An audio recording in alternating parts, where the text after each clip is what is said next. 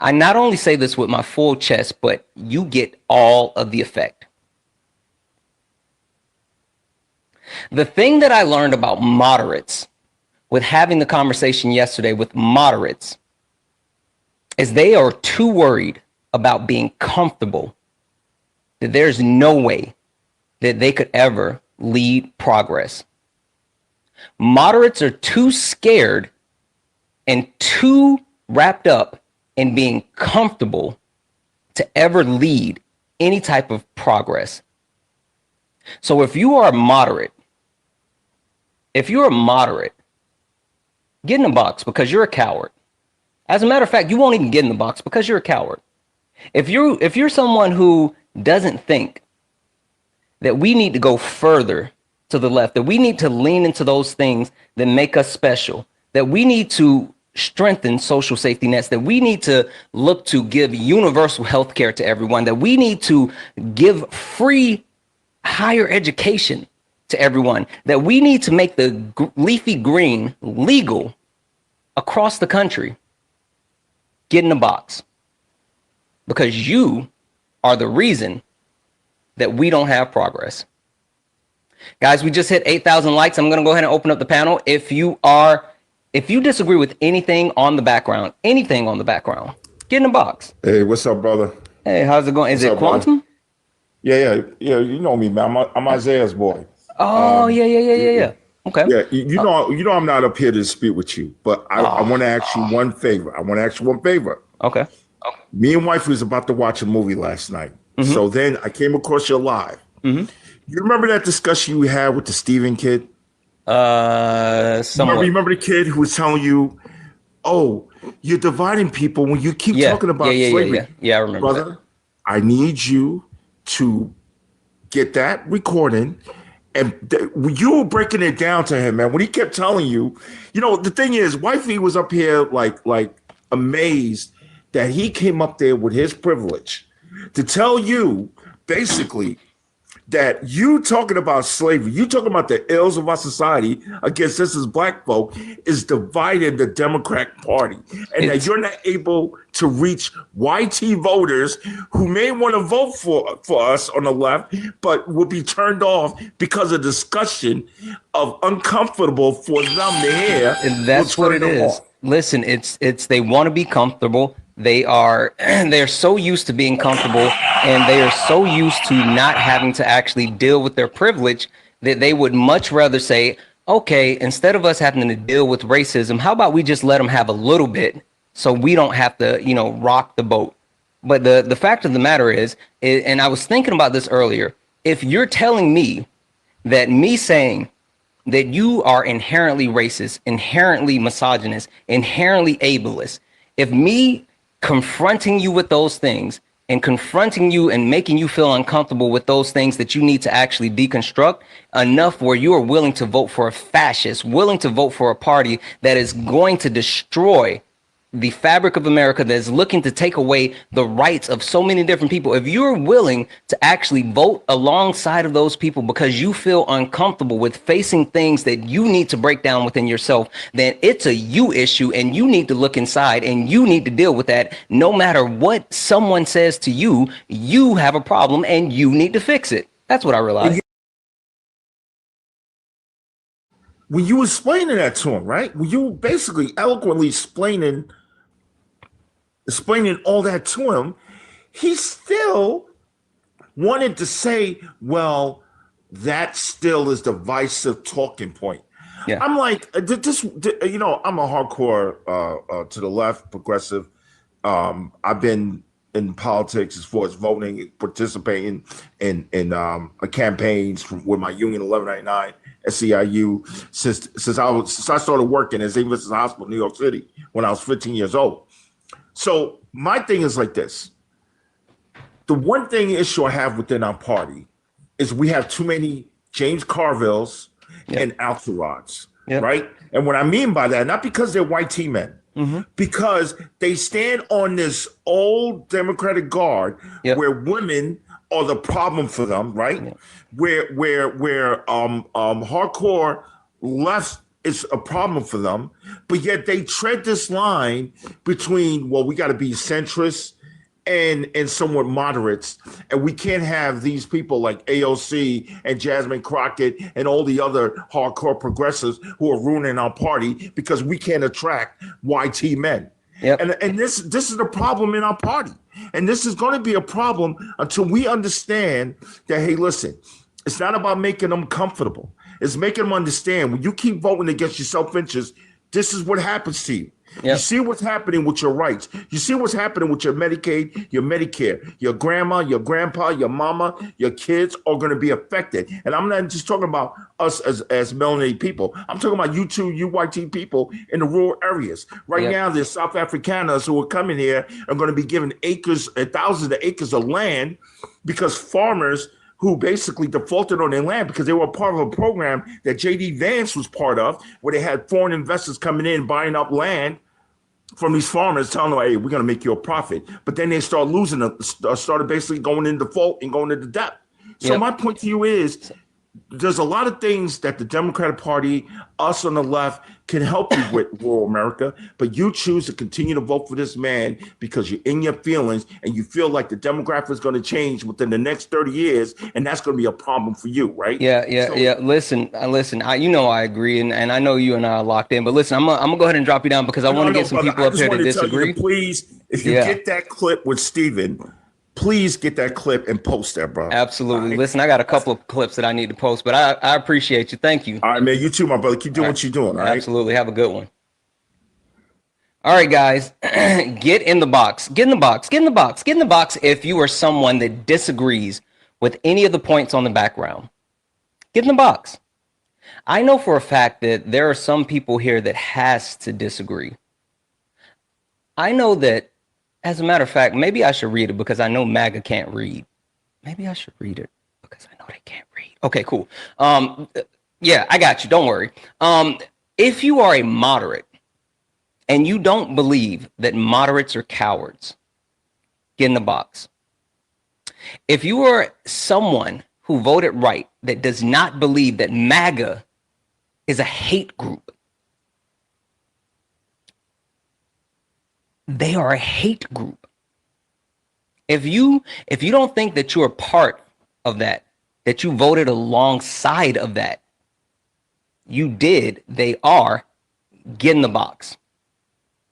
If you're someone on the left that doesn't believe that the left doesn't listen, they don't listen. They're not here to find a successful way. The people on the left are here to do things the way that they want to do it. And if you're unwilling to do the things the way they want you to do the things, then they're not interested. If you disagree, get in the box. If you are someone that for some reason thinks that MAGA doesn't just actually go by their feelings and their feelings are scary, get in the box.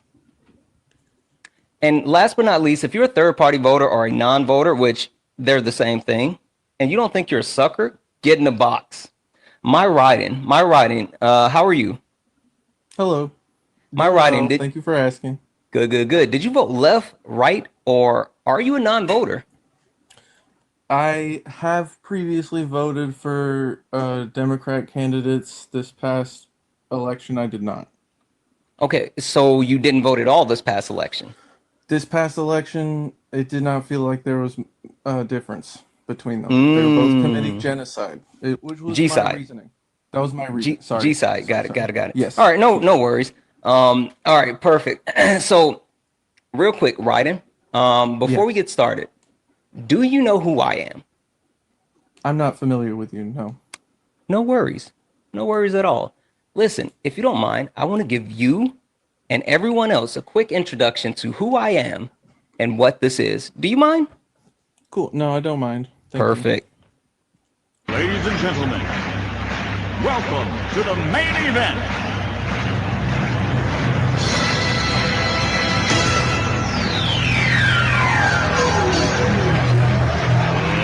Let's get ready to rumble!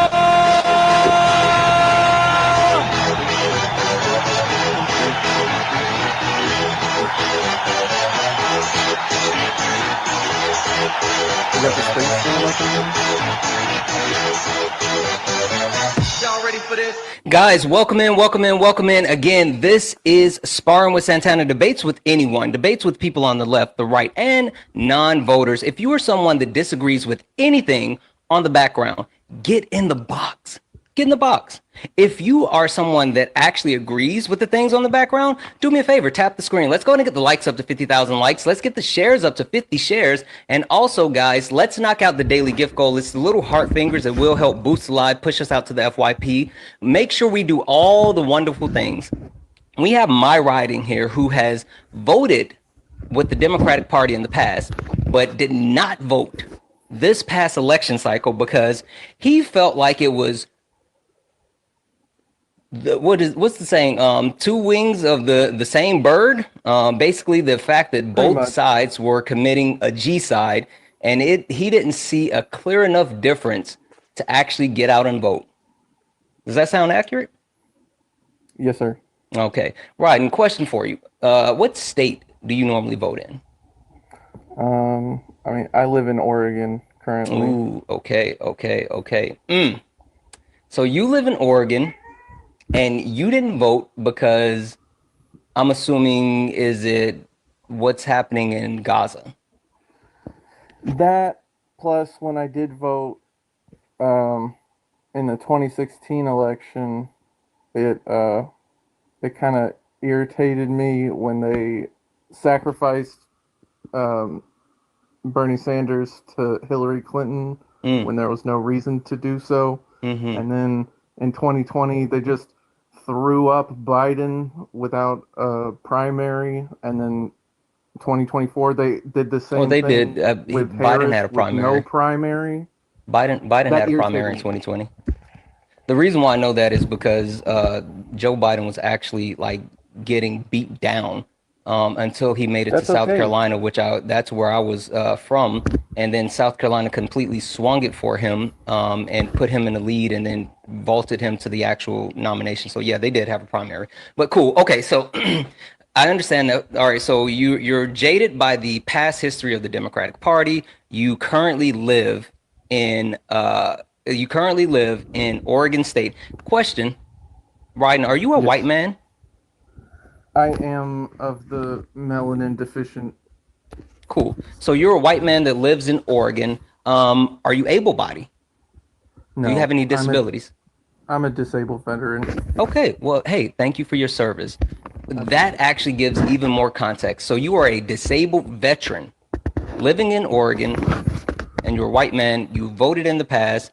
You did not vote this election because you felt jaded by the fact that in 2016, Bernie Sanders got stiff. In 2020, you had an issue with Joe Biden. And this past election, you didn't like how there was no primary. And also that there's a G side. Got it. Yes, all right. So let me tell you why you're a sucker, right? Okay. The simple fact is you withheld your vote under the premise that there were things that were a quote unquote deal breaker. But I think you're hypocritical. And this is why I say that. So let's start with the first thing you said. You said the G side, right? Again, I'm assuming that you're referring to Gaza. Among others. But I mean, okay, what others?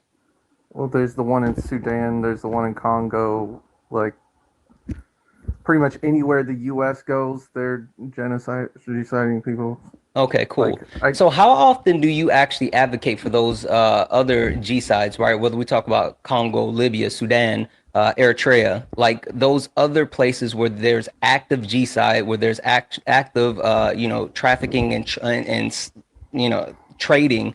Like, how often are you putting your voice on the line, putting your privilege on the line, putting your money where your mouth is, doing things to actually advocate and bring attention to those other active G sides all around the world? I would say I'm a pretty active online activist, but I'm also learning, and I'm trying not to like stick my nose where I don't belong in spaces. Like, I try and listen more than I try and force my opinion per se, but I'm still learning. I'm 34. I'm not like an old man seen it all. there's a possibility I could be wrong about things, and I hold that like to bear when I try and help people. Got it. Got it. Got it. Got it. Okay. So is it fair to say the fact that you did mention multiple G sides, and so I will give you credit for that, right? There's definitely more that can be done, not only by you, but me as well. But is it fair to say that you know, or you knew that being a white man in an overly liberal state like Oregon, that no matter who won the election, that you were going to be okay? There's a lot of fascists here, and Hmm. I didn't know that before I moved here. A lot I of grew up in fascists Georgia. in wait, a lot of fascists in Oregon? Yes, sir. Yes, sir. It was a little bit of Oregon history. It was a very white supremacist state. Yeah, I know about that history. Cool. Okay. What about the fascists that you allowed into the White House? I I would mean, have because if voted you're if it worried made a about difference. fascism, I would have voted if it made a difference. so you don't It think didn't feel like I was going to make a difference in the vote, so I didn't show up for it. And then when we looked at the uh, election results, Trump stole it anyway. So well, we even don't if know I that he had quote voted, unquote stole it. We don't want to say that. We can't okay, say fair. anything that's I'm can going to say technically be misinformation. it looked to me like he was stealing the election. Yeah, listen, I know for a fact that there was some discrepancies or whatever, but like, there's questions behind anytime anyone doesn't win. But the long and Musk short of said it, he right? bought it. Say it Musk again. said he bought the election. Well, I mean, Elon Musk spent $240 to help Donald Trump get elected. He set up camp in Pennsylvania. He had multiple giveaways where if you were actually quote unquote a voter and all this other stuff, you could win a voter and all this other stuff, you could win $1 million. So yeah, I mean, he put his money where his mouth was when it came to the election. So I'm It not going to was deny that. Yeah, it was a combination of factors. And I Yeah. wasn't trying to like further oppress people. I wasn't trying to be like a stick in the mud. It just felt like the worst uphill battle. And even if I So did help vote, me understand, right?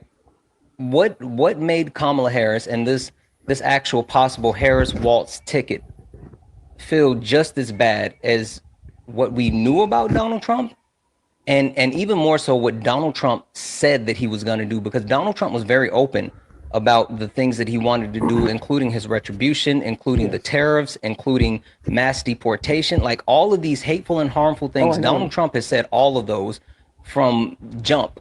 So what made him seem just as equal as Kamala Harris? What did Kamala Harris do?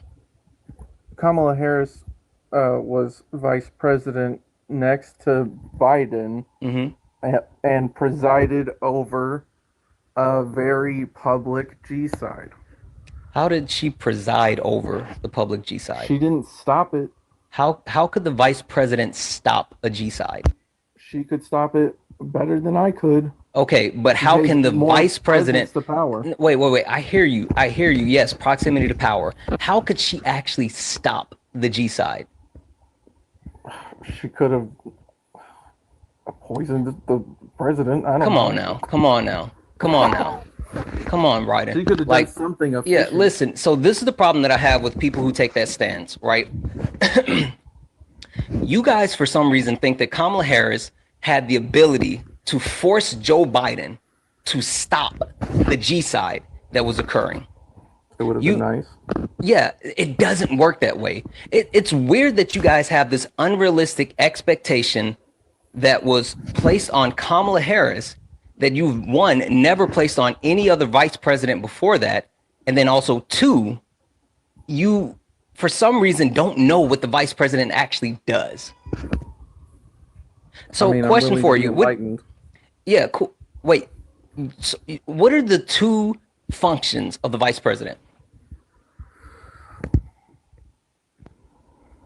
I couldn't tell you off the top of my head. I don't know what you're like. Okay, cool. The two functions of the vice president is one, to be the president of the Senate, meaning oversee the Senate in tie-breaking votes, and two, to be at the ready if the president unalives, right? Those are the two functions of the vice president. Anything outside of that is the vice president working at the pleasure. Listen to those words again. The vice president working at the pleasure of the president. So anything outside of those two functions had to be dictated to her by Joe Biden. There was nothing that she could have done outside of those two things without Joe Biden specifically saying that she could do it. You said you're a veteran, right? Yes. What was your highest rank, if you don't mind me asking? I was an E5 in the Navy. E5 in the Navy. Okay, cool, Yep. cool. Petty officer, second class. Perfect. So, question: if an admiral wanted to do something, right? Let's say the admiral made the decision that they wanted to send your actual ship to said location to do a certain action. Could you force the admiral to change his mind? Probably not, but there are like conscientious objector like discrepancies, and whether an order was legal or not. Let's say it's a legal order. It's a legal order. Let's say it's a legal order, but it's something that people agree with it. Yeah, exactly. It's something that people don't necessarily agree with. Then I wouldn't do it. Okay, because cool. I'm not going to risk my life, other people's lives, for somebody's order just because it was ordered. Got it. So you can just because they exist. So you can make that correlation and understand that there's possibly something that could have happened where you actually received an order that you didn't necessarily like, but it was a legal order and you had to follow it, and you did so even though you didn't like it. You can make that connection of not sticking your neck out and not going above and beyond, but you for some reason can't make the connection that Kamala Harris, as a subordinate of Joe Biden, could not force Joe Biden to stop the G-side that was occurring. There's the pressure of the legal system and their duties. I agree that there's a lot of pressure. If I was put under pressure and someone said press the button to do the G-side, I wouldn't. There was no button that needed to be pressed to actually commit a G-side. Yeah, I hear you, but see, look, this is the problem, right? We understand that Israel is, let's be honest, Israel has infiltrated our government. I mean, AIPAC money actually moves the entire government. We understand that. Now, you have someone like Donald Trump, who is not only a supporter of Israel, but is close friends with Bibi Netanyahu. And then at the same time, yeah, exactly. Well, Biden more so put up with him because he had to. I wouldn't say they were good friends. No, I mean, like if you read Bob Woodward's book War, I mean, they specifically talked about how much Biden didn't like Bibi, but he couldn't really do anything about it, right? But I digress. But you have someone who's been an advocate supporter for Israel, right? In Donald Trump. And then you have someone who, in Kamala Harris, where she broke as much as she could by saying, well, I believe in a two-state solution. And I believe that, yes, Israel has the right to defend themselves, but also the people of Gaza deserve to be free, which is a staunch statement compared to anything that any other president has said when it comes to Israel. You heard those two things, and you, for some reason, still thought that those two things were equal.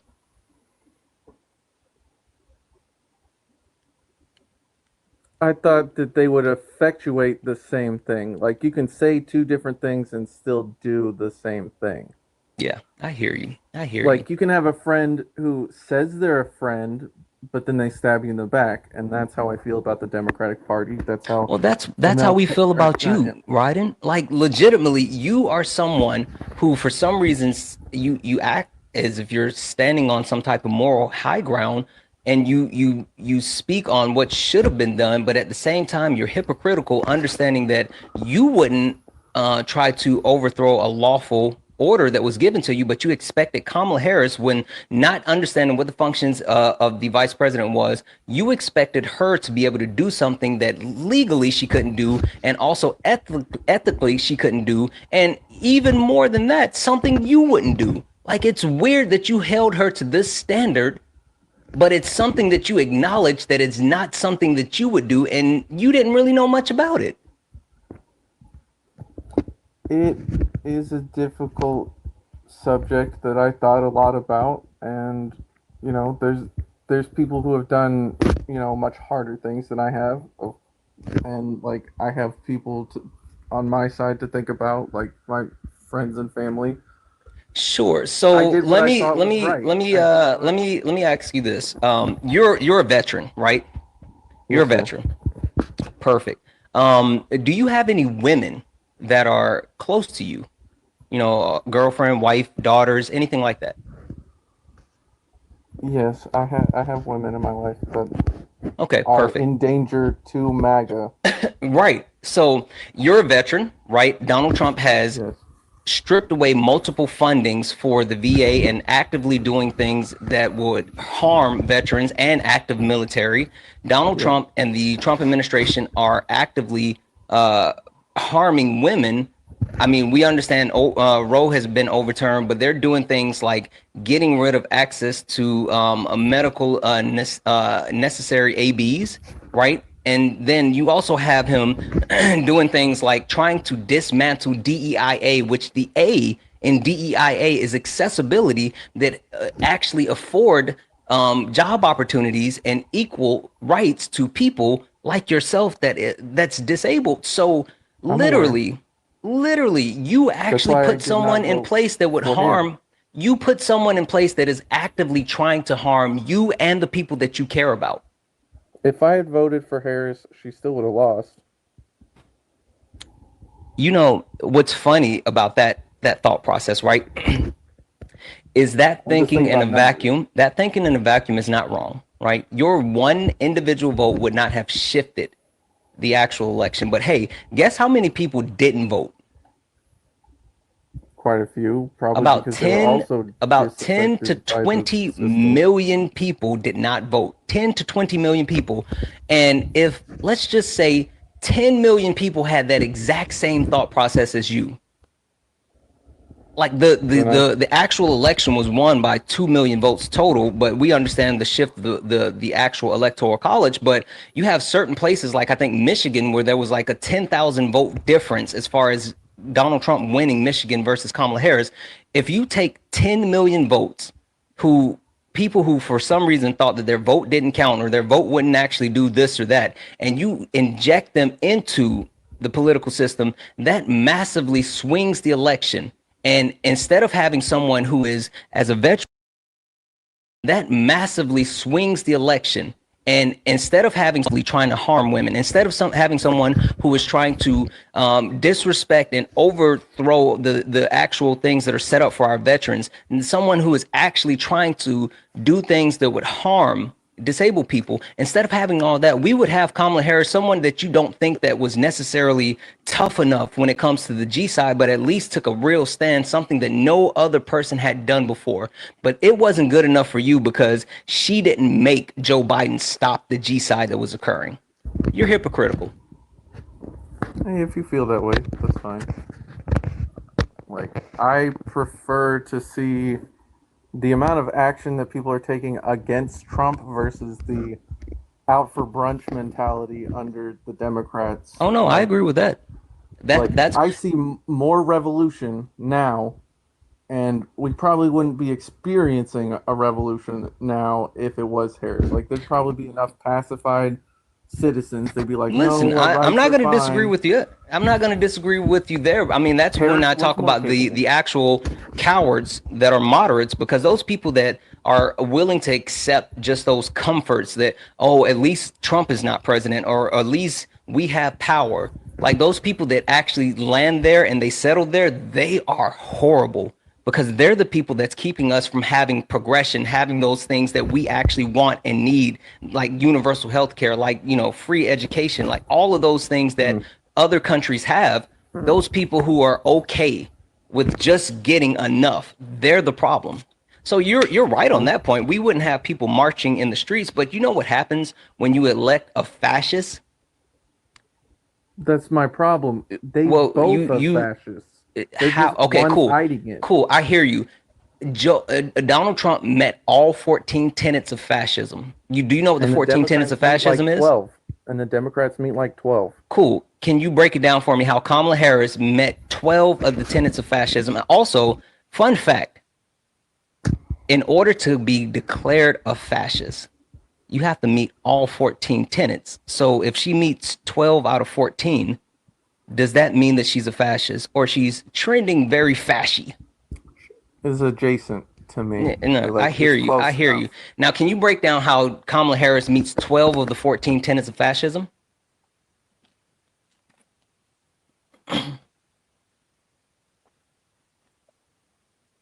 While he is going to get that information, guys, tap the screen, share the live. Let's go ahead and get the likes up to 50,000 likes. Let's get the shares up as well to 50 shares, guys. Also, Cash App, PayPal, Venmo, all of my pay links are in the link tree in the bio. Santana Speaks 24. Santana Speaks 24 is the best way to support the live. If you enjoy the information, education, entertainment, please consider donating. Everything is accepted. Anything is appreciated. If you disagree with anything on the background, get in the box. If you disagree with anything on the background, get in the box. I will bring someone else up while Ryden is trying to figure out what he's actually doing. But if you disagree and you don't think that moderates are cowards, get in the box. If you don't think that MAGA is a hate group, get in the box. If you don't think the left doesn't listen, get in the box. If you're someone that doesn't think that MAGA thinks with their feelings and their feelings are scary, get in the box. And if you don't think that third party and non-voters are suckers, get in the box. All right, Ryan, did you find the 14 tenets of fascism? I have. When you go out of the app, I cannot hear you. You have to be able to see me for me to hear you. So you have to like pull it up, or I'm sorry, you have to have it somewhere else where you can actually use it as a point of reference. One of them is powerful in continuing nationalism. She's very nationalist, pro. Sure, tell me how. Give me a specific example. There was a speech she gave that was something like, "We're gonna have the most powerful military in the world," or some junk like that. I'm paraphrasing. I'm not trying to like misquote. Sure, but I'm confused with how saying that having the most powerful military in the world would actually equate to ultra nationalism, right? I'm It's a little part bit of it, and it's one of the supremacy of the military. That's another tenet. yeah. So what you're actually referring to now, again, I need you to give me a specific example because ultra nationalism, right, is something that actually goes to more so not just like national pride, but doing things like creating slogans, creating paraphernalia, and also putting your nation as the one above all, right? Saying stuff like, America first, immigrants shouldn't be in our country. Like, don't come here. I believe that was her quote to immigrants. Don't come here. Don't come. Yeah, what was that quote said in reference of? Immigrants. No, specifically. You're pulling a quote, but what was the context of her saying that? I'll have to look it up. I'm not entirely sure.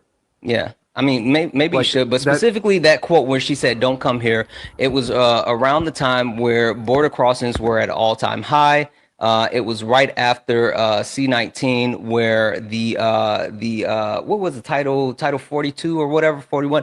Anyway, that had been struck down by the Supreme Court, and we saw a massive influx of undocumented immigrants. So, yeah, she was saying, like, specifically at the same time saying that trying to work with those triangle countries to ensure to figure out what's the root cause of migration and actually slow migration. So yeah. Okay, and that's a more polite fascist sentiment. That's not that I hear you, but again, you didn't even know you knew the quote You knew the quote, Yeah. but you had no information behind the context of the quote. And then you also don't know the action that was being put in place while at the same time saying that quote. If she would have just said, don't come Memory here, problems. if she would have said, don't come here, while at the same time not doing anything to address legal migration or trying to help those countries that these people are leaving from, then yes, that would be her meeting one of the tenets of fascism, but it's not. And you are sitting here being hypocritical again.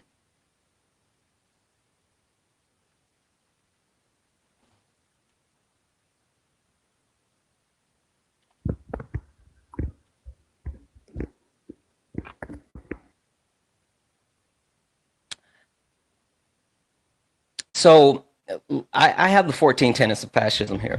Let's go through it. So number one, powerful, what is it? Powerful and, powerful populist nationalism centered around a cult of redemptive, infallible leaders who never admit mistakes. Now tell me how that was Kamala Harris. When a primary. Not doing a primary is... You keep saying that. Why didn't they have a primary? Because they did not want no anybody else to step up. You know what I'm noticing, writing? You're up here and you're speaking from your feelings and you don't actually know any of these things. There was a reason why there was not a primary. Who ran against her in the primary? No, wait, in the primary? Yeah.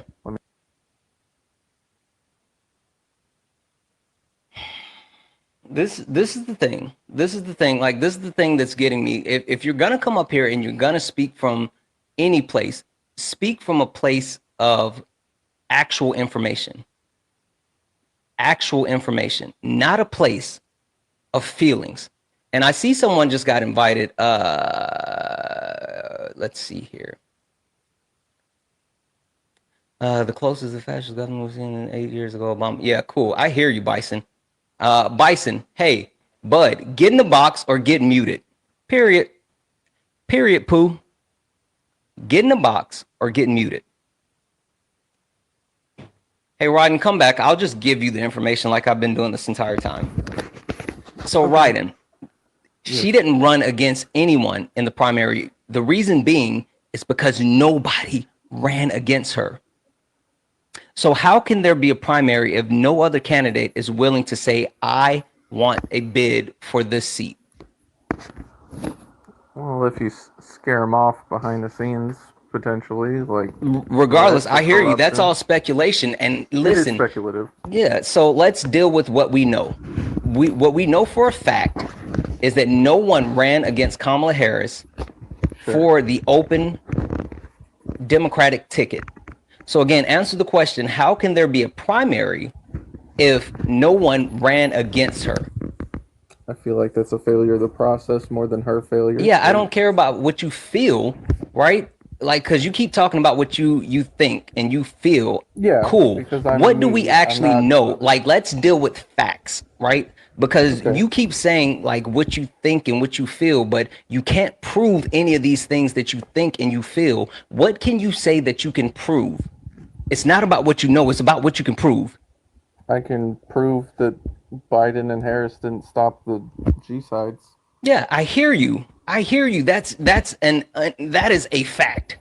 But we also went through the actual reasoning behind why Israel has so much influence within our country. We also went through what happened as far as Kamala Harris statements. We haven't even talked about the fact that now that Donald Trump is in power, he has given Israel even more control, where there are massive like what was it, the chief of the Red Cross said that Gaza is like hell on earth, literally hell on earth.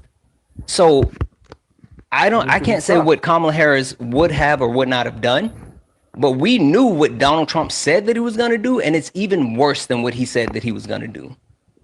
Yes. So what can you actually prove? What facts can you prove?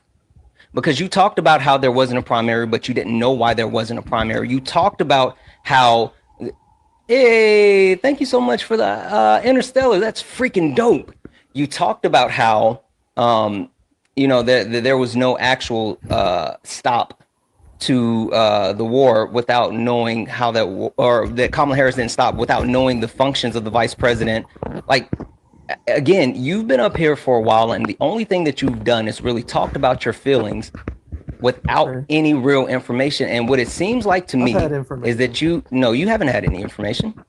I mean, you What facts have you Debatable. actually given me? Because even when I talked about the 14 tenets of want a fascism, fact? You want a fact? yeah, like even Harris when we is an authoritarian capitalist. And sure, she what's works for what's the an authoritarian? capitalist What's an hegemony. Can you wait? Clearly Yes. define what authoritarian is. Yes. Centralization of political power. It's way more than that. I mean, I know that's fun to say that one thing, but it's way more than that. There's multiple. That's a simplicity. Fun fact. Yeah. Fun fact.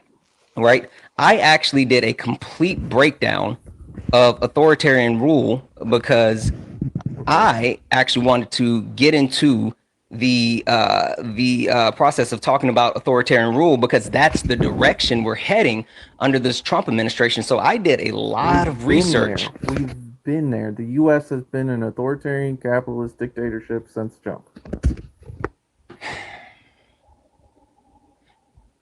Can you give me any examples as far as how they meet the actual the measurements of being an authoritarian capitalist society where, again, even me at this point, I'm not saying that Donald Trump is an authoritarian just yet. I'm saying that he's still trending that direction. So you're making a very bold statement. How do you back that statement up? I back it up by saying just because there's an election. Yeah, cool. I don't want to hear the statements. I want to actually hear proof of you backing it up. This has been the interesting thing about this entire conversation. The entire time that you and I have been sitting here talking, the only thing that you've done, you haven't actually cited any sources or any real proof. You've talked about your feelings over and over and over. Can you give me anything that's tangible?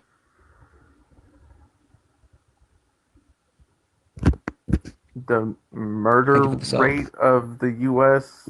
against like other countries. Okay, like, what's the unaliving rate in the U.S. versus other countries? What's the unaliving rate?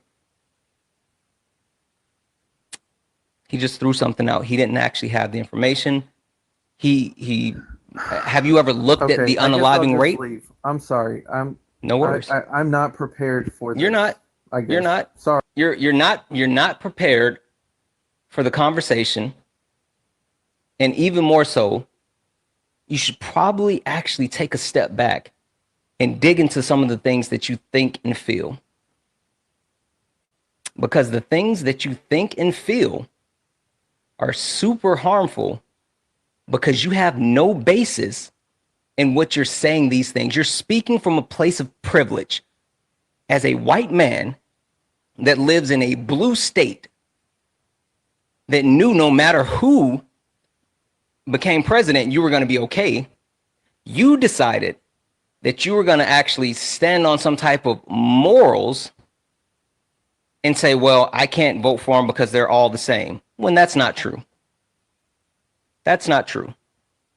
Guys, tap the screen. Let's go ahead and get the likes up to 50,000 likes. Let's get the shares up. Also, guys, just a reminder, Cash App, PayPal, Venmo, all the pay links are in link tree in the bio. Santana Speaks 24. Santana Speaks 24 is the best way to support the live. If you enjoy the information, education, entertainment, please consider donating. Everything is accepted. Anything is appreciated, guys. Only request up if you vote. How are you? I'm good. How are you? Good. So help me understand. What do you disagree with on the background?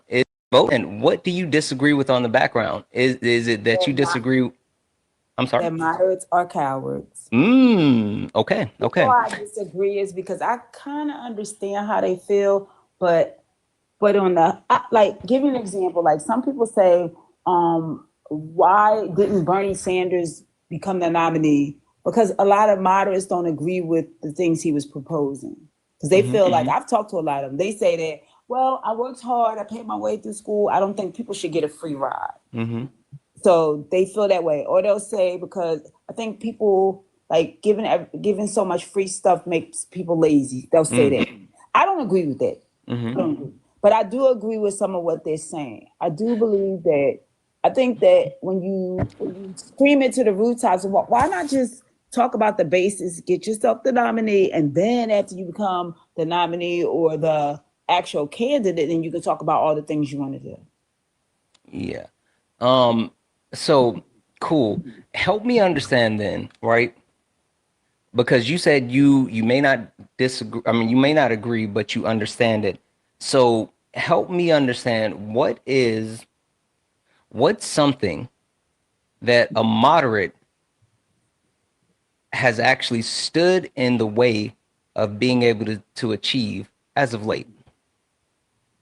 Something they've stood in the way of. So let's use, for example, like Joe Manchin, right? Because we know Joe Manchin was, Yes. formerly a Democrat, and now he's what, a registered independent.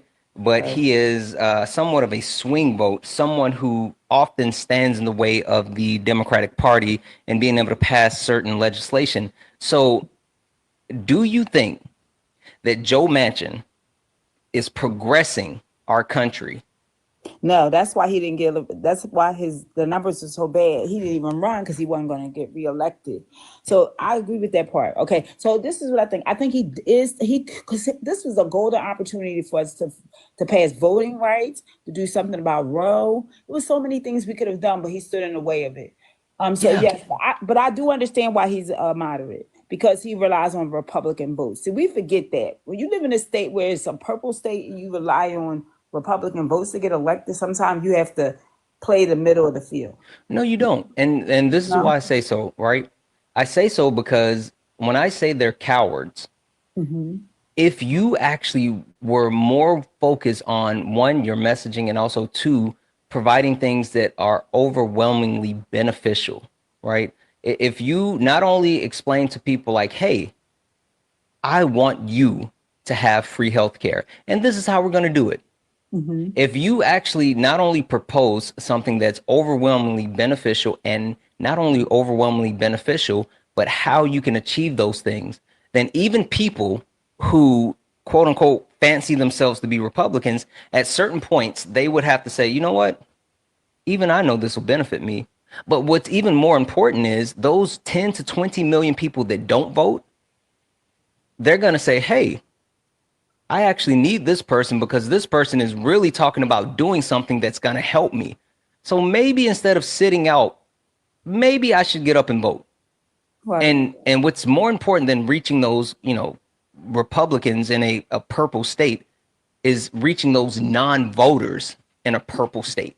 I agree. We do need to reach the non-voters. The thing that's why my name is the way what it is. Because what bothers me is that people don't understand. Maybe if you just showed up and voted in every election, we could get the people elected that could change things. But you just want to hear certain things from them before you get up and vote. And I feel like people are too picky when it comes to the Democratic Party. Like I feel like they want you to be perfect. If you don't say exactly what they want to hear, they're not going to vote, which is crazy because Yeah. it's about your future. Yeah, I completely agree. I think the left holds this standard where you have to be everything for everyone, and if you aren't addressing the one thing that's the most important thing to them, then they're unwilling to give you the support, even though you are someone that actually checks off multiple boxes that would do a lot of good for the greater group of people. Like the guy that I was just talking to, literally, thank you for the sub. The guy that I was literally just talking to said that he came up and his premise was, well, they didn't stop the G side. Kamala Harris didn't stop the G side. And, I pressed him on it, and I knew that he was talking specifically about Gaza, but he did, to his credit, mention other G sides. But then I said, how is it that she was supposed to stop it? And his actual answer was, well, she's in a better position to stop it than I am. Okay, that doesn't mean that she can stop it. So I think there are certain people on the left that hold unrealistic expectations, and even more than those people that are on the left that hold unrealistic expectations, it's the unrealistic expectation of moderates that for some reason think that they can pull people away from MAGA, which MAGA is a full-blown cult. They are. And there's certain moderates that think that we can pull people away from this full-blown cult, not understanding that no matter what you say nor do, that they're going to continue to support MAGA because that's a part of who they are. It's literally a fabric It's internally a piece of who they are. That's why a week ago they loved Elon Musk, and now they're calling him a South African that needs to be deported and his assets need to be frozen. You I can't love it. reason with those people, and moderates for some reason think that they can. You know what? I talk to MAGAs, but what I want to do is just give them facts, because I feel like when it goes south, maybe they'll say, you know what? I was told that maybe I should look at the way I'm voting now. I'm Yeah, not I saying I agree can with that. change them. Yeah, that's what I do, because you can't change them. The day I crashed out, and I think they came up to make us, they came to trigger us. I realized that after I crashed out and called the girl all kinds of names, I realized I got played again, because that's what they do. Like and the thing is she came up saying all this stuff about Trump she didn't like. When I asked her why she voted for him, it flip flopped and flip flopped. That's what they do. But a lot of them really are in a cult, and some of them, I believe he's literally been grooming them for 9 years. Yeah. Yeah, You I know what I mean, mean? it's a sunken cause. It's they've reached the point of being in sunken cause where they understand that like they've made this so much a part of their identity that they can't actually pull away from it, and so that's who they are. But with that being said, we as people that vote on the left need to put pressure on those people who think for some reason that we need MAGA. And again, this is the problem that I have with moderates. And this is why I keep calling them cowards. They're so scared of doing the hard work. And when I say the hard work, I'm talking about the hard work on multiple things. The hard work with having an actual coherent message that would reach people. The hard work of actually addressing the flaws of the party, the hard work of actually deconstructing and realizing that everyone has certain biases or inherent issues that need to be addressed. And until you address those things, we're not going to have an actual party that can win. The moderates are so scared of doing the hard work that they would much rather, quote unquote, I need to reach across the aisle and follow the status quo than actually doing something that would benefit the majority of people and actually progress the country. That's why I say moderates are cowards, and they You prove talking it about the every time. moderates that are in the Congress? Yeah, well, Yeah. moderates in the Congress, but also people who call themselves moderates. I've had the unfortune of talking to apparently a lot of moderates lately, and for some reason, there's certain moderates that think that it's acceptable to give a little bit of racism, just not a lot of bit of racism. Wow. Right? I mean, like I've talked to moderates who think for some reason that it's okay to slur because we should be able to say whatever we want. I've talked to moderates who thinks that accountability is some type of purity test, and it's not true. It's just they're cowards and they don't want to deal with the hard things, including dealing with the issues within themselves.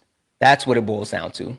I hear you. One last thing I want to say, I think that for the people that are concerned about the way that the party is going, if you have ideas, send them those things that look, they will read those things. It will help us because we need all the help we can get. I Our agree. messaging is bad. It's really- horrible. Think about this. I was talking to someone about this last night. What's the goal right now of the Democratic Party in the 2026 primary election? to win. But who do you know? Like, who are the candidates? Who's being pushed? Like, what's I haven't heard anything that really has come out of the Democratic Party about the 2026 elections and their next year. Like their next year, and there's no clear messaging coming from the and this is someone who is I'm just like you, so close to the actual Democratic Party, and the only thing they keep saying is orange man bad. That's not good enough. I know, but they will have, because me and my friend got together. We're recruiting people to give us their list of things, and we're going to compile a whole list of things we're going to tell them. And we have great ideas. Like one of the things I think they should do is challenge every seat. Listen, in those red states, find a nice. I hate to say it like this. Find a nice white tea guy. Go over there, challenge that person, and if they win the seat, get to the as a Republican, and the primaries, get to the Congress and become a Democrat. They do it to us all the time. We could do it.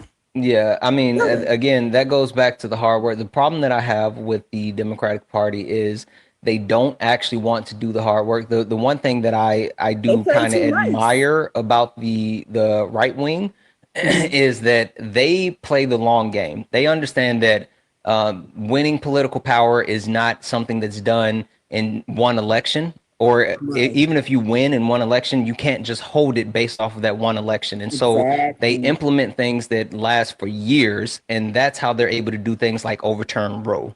So Yeah, but they've been working on that for 50 yeah, years exactly. and voting towards it. But also, that's how they pulled their party, the people into their party. They use AB. I don't know if you ever saw the documentary Bad Faith. It talks about how they use AB to rope them in. Just Yeah. like Trump he used the hate in their heart to rope them in. Yeah, They that's said, why I "Oh, said yeah, MAGA's a we hate won. group. That's our guy. We won because he thinks like us. Yeah. He's us." But guess what? What they didn't realize is he didn't. This last time he only used him to get into avoid prison. He even said, "I don't care about you. I just need your Just vote." need your vote. Yeah. And he stopped short of, "I need your vote to stay out of prison." Yeah. I mean, he's What he been did was, once transparent. he got in there, look, he's harming them. If he pulls Medicaid, it's going to hurt them. They are more them on Medicaid and SNAP benefits than anybody else. But they got Yeah. them believing it's brown people. Yeah. No. Listen, please vote. I appreciate you coming up. I think you and I made a point, and I'm gonna go ahead and drop it down. Thank you so much. Thank you for having me. All right. Guys, it looks like we're in a subwave. We're in a subwave. If you are not a subscriber, we have subscriptions officially on this account. So if you're not a subscriber, go ahead and grab a subscription. We only need 3 more subscriptions to close out the subwave. It gets you, excuse me, it gets you access to an amazing Discord. And not only does it get you access to an amazing Discord, you get a couple of really cool perks. One you already know about, which is the Fast Pass to join the panel with Late Nights with Santana.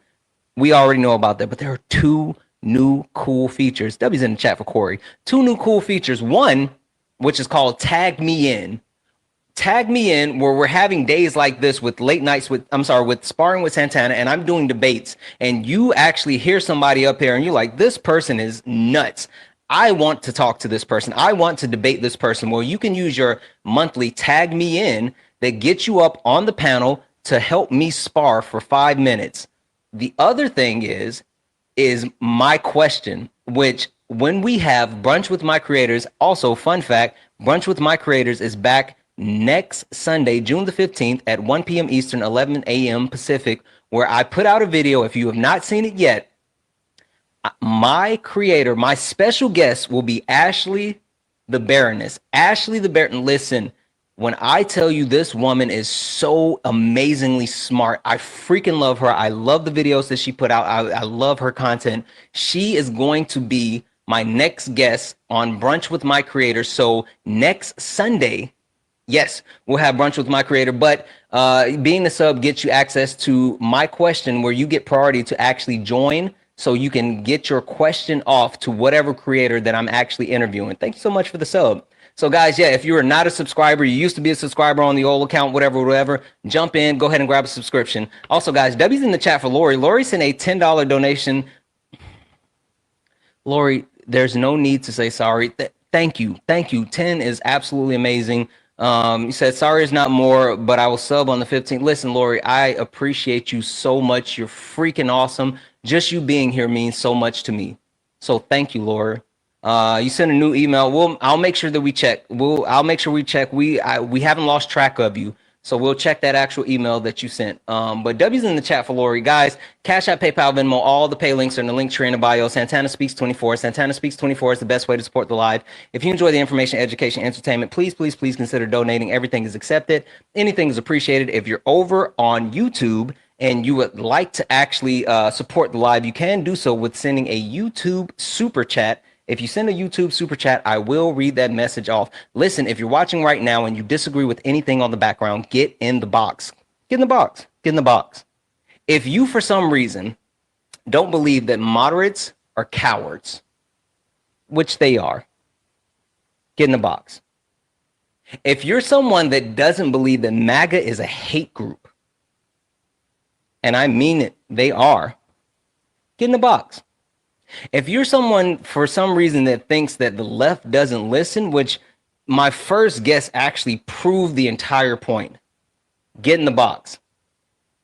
If you are someone that don't believe that MAGA leans into their feelings over any facts and their feelings are scary, get in the box.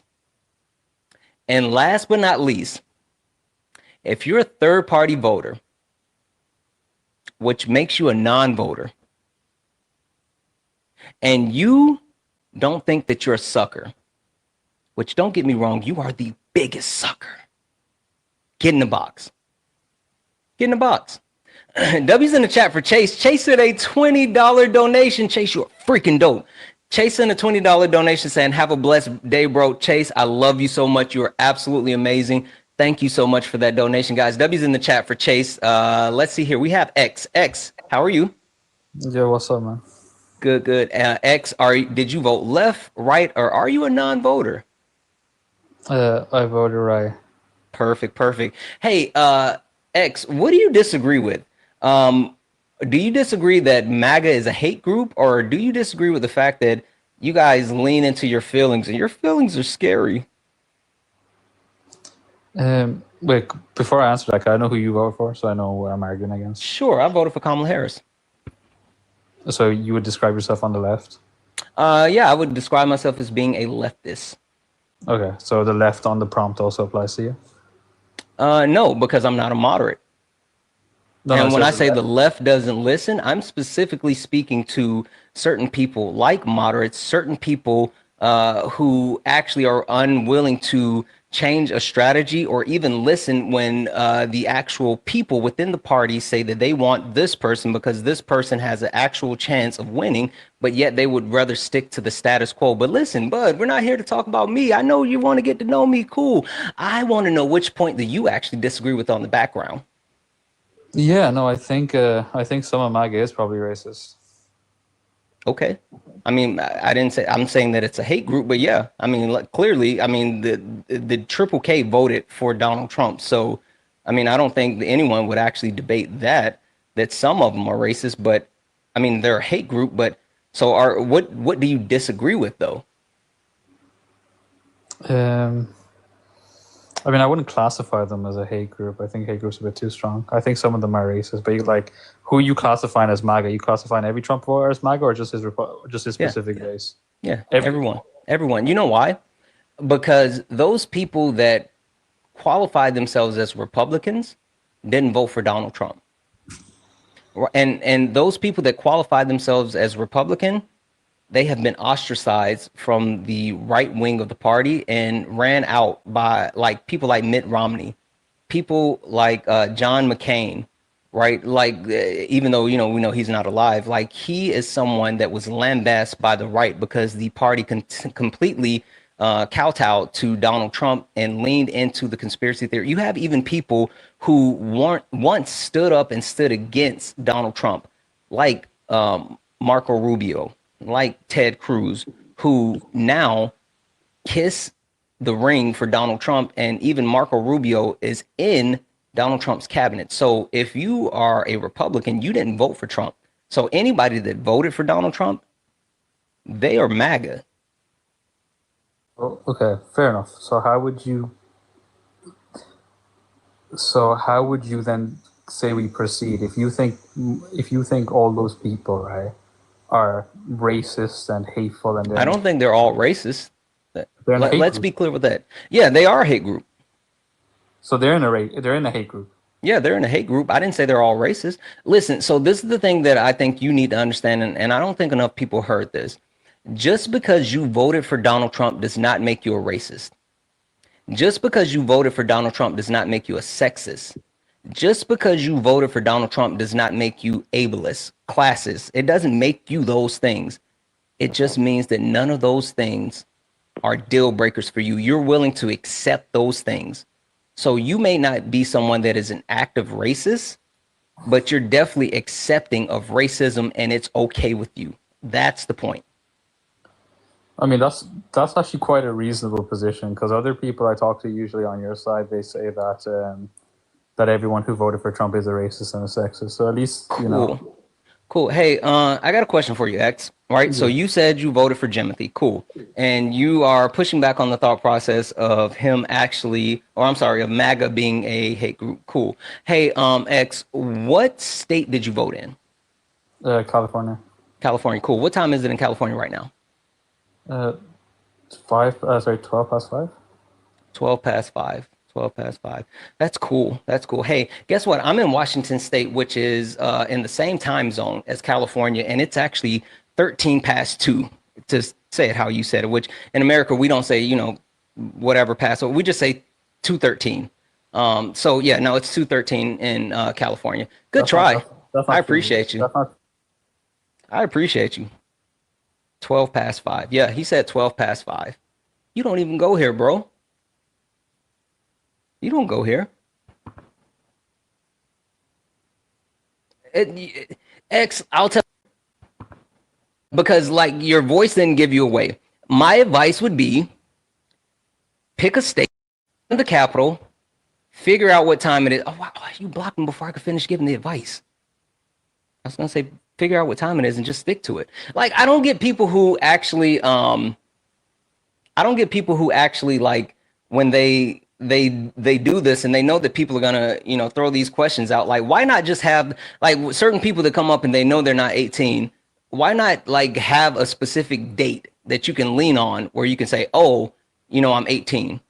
Or if you're gonna say California, know the capital, like know the time there. Like, I don't know, just be better. This is my opinion.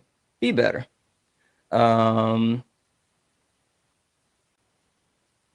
Holy smokes.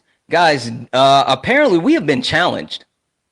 We've been challenged. Currently we sit at, where are we at right now with subs? Hold on, we're already there. Said if we can get 26 subs, he'll gift 20. Well, you can't. He can't give subs until we get to 50. We can't gift subs until we get to 50. So we would have to get 24 more subs to get to 50, and then he can gift subs. Oh, if we get 26 more. Oh, okay. We've been challenged. If we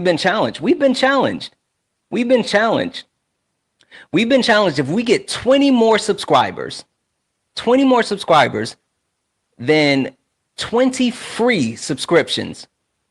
Or okay, yeah, 24 more. If we can get to 50, then 26 subs will be given away.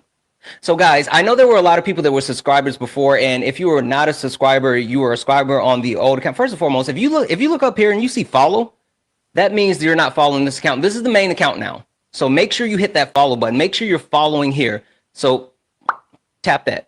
If you were a subscriber before and you're not a subscriber anymore, hey, thank you for the controller. If you were a subscriber before and you're not a subscriber anymore, go ahead and resubscribe. You get access to an amazing Discord with a bunch of really cool resources. And not only do you get access to an amazing Discord, everyone knows about the Fast Pass, which gets you up to the panel with Late Nights with Santana, so you can join the conversation. You get to skip the line. But we have 2 cool new perks. 2.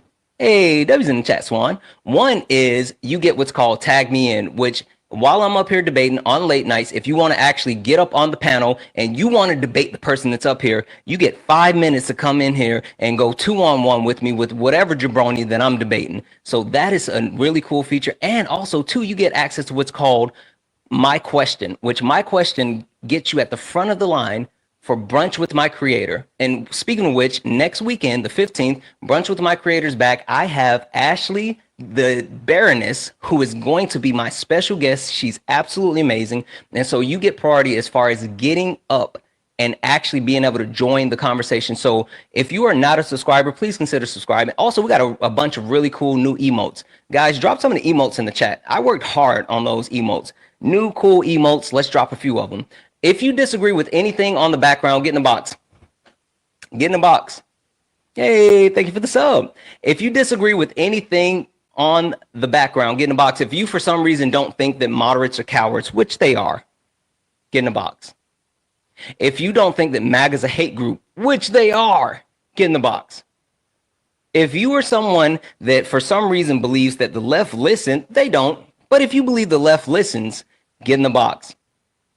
If you're someone that doesn't think that MAGA puts their feelings over facts, and their feelings are scary, they got really big feelings, get in the box. Thank you, Puerto Rican native. I appreciate you. And if you're someone that is a third-party voter, which means you're a non-voter, and you don't think you're the biggest sucker of them all, get in the box. Absolutely get in the box. Absolutely get in the box. Let's go. I think that You know, the interesting thing that I've learned so far with certain people that are willing to request up, especially when you see the people on the left that are willing to request up. We all know what MAGA is, right? We all know what MAGA is. We know what they're about. But when you get those people on the left that tend to join, what I always tend to find out is they are more worried about being comfortable than they are worried about having anything change. Nathan, did you vote left, right, or are you a non-voter? Republican. Okay, cool. Nathan, which point do you disagree with on the background? Do you disagree with the fact that MAGA is a hate group? Thank you for the alien. Or do you background? Do you you guys put your feelings over facts, and your feelings are scary. Feelings are scary. Okay, cool. Nathan, tell me something factual. Tell me something that Donald Trump and his administration has done since being back in office that benefits average Americans. I don't exactly know. Okay. Do Cool. you think Biden was a puppet?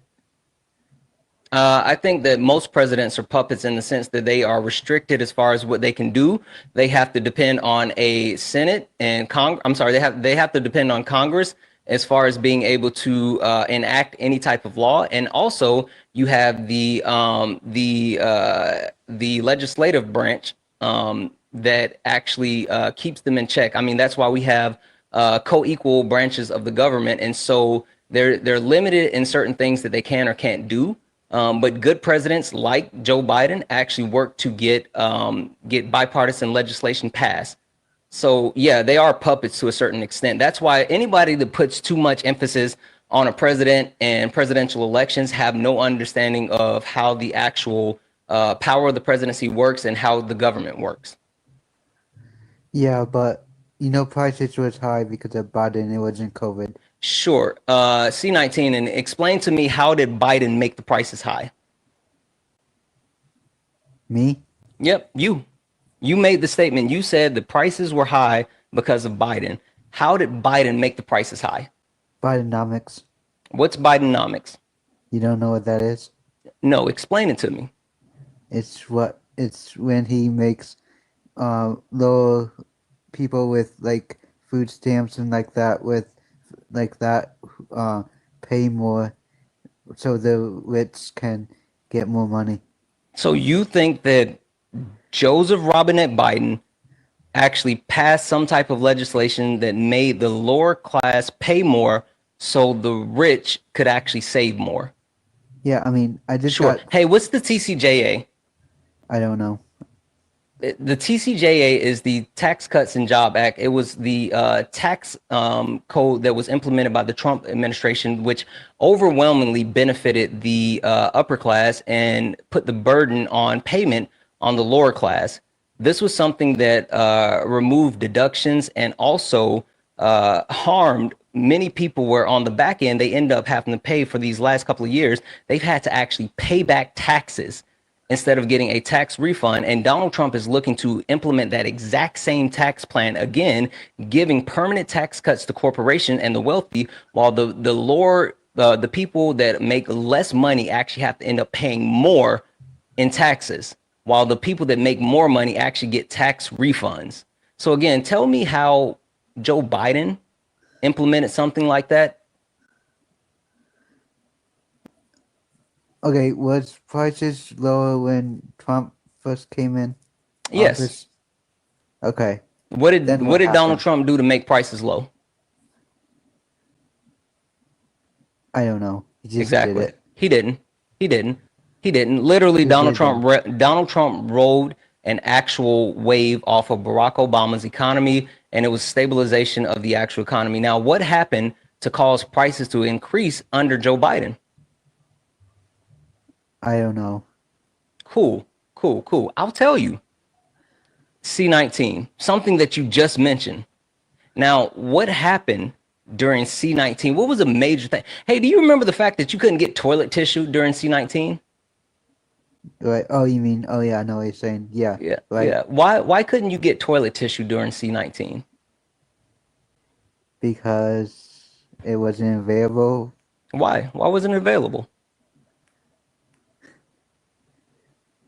Because couldn't get it. I don't know what you're trying to say. Sure. There was a supply chain issue, right? There was a Right. supply chain issue where the actual the availability of more a lot of products was unavailable for multiple reasons, including an exacerbated reason behind the oil supply that we had.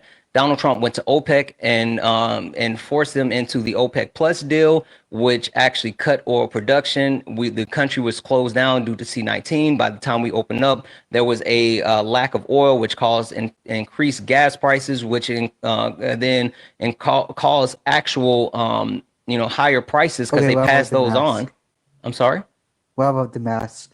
You think that was pretty prophetic wearing masks all the Sure. time? I'll get to the mask in just a moment, but I'm going to finish explaining this point. So when they actually had to pass on those costs for additional prices, that rose prices as well. And then on top of that, there had to be a ramp up of production where you go from not needing certain stuff to needing everything, from things being closed down to things open up. That caused an actual disruption in the supply chain. So there were multiple factors, which C-19, I don't blame that on anyone. That was a worldwide pandemic, but the actual issues that were caused by Donald Trump hurt people, and it raised prices directly. Okay. You said, what about the mask? What about the mask? I don't think they really helped. Like if you put your hand in front of your face, like that, you're still breathing. I get that.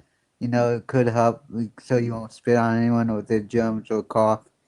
But I think the mask was just political. Yeah, masks aren't political. You guys, for some reason, think that medical practices are political. Masks are standard usage within the actual medical industry. I mean, it's a common thing that is actually instituted around the world. Whenever there's any type of outbreak, disease, illness, things like that, it's common practice to not only use masks, but to social distance in every situation.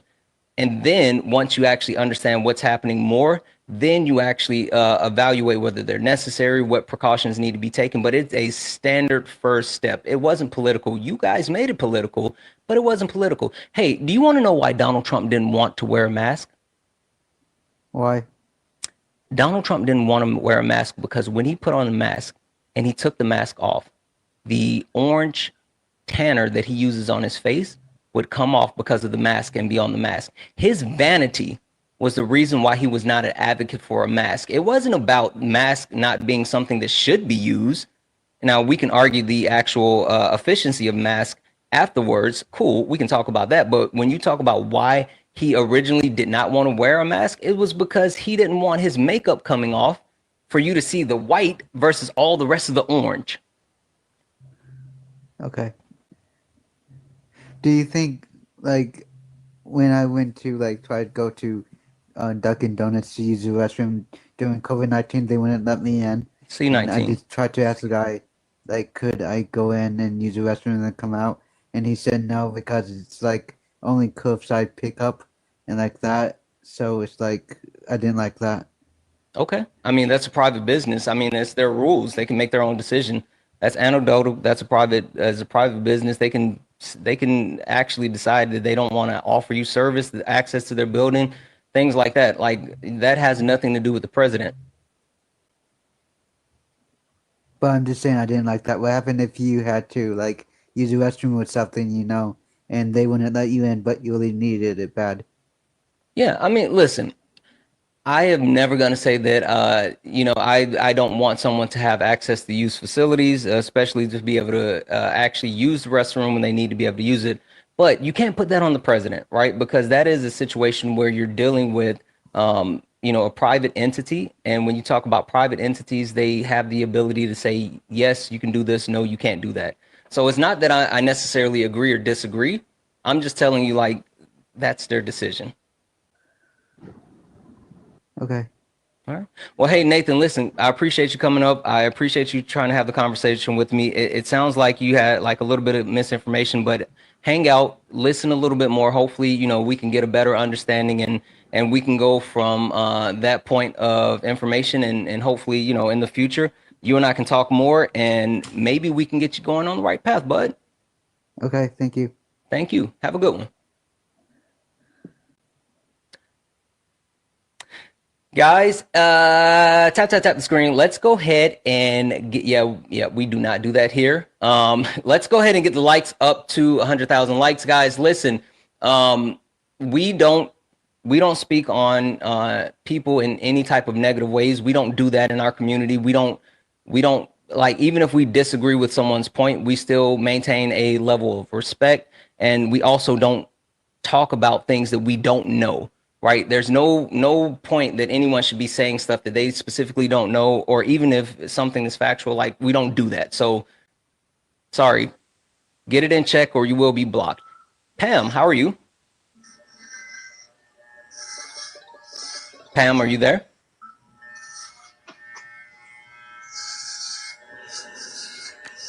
Pam, are you cutting your hair? All right, Pam.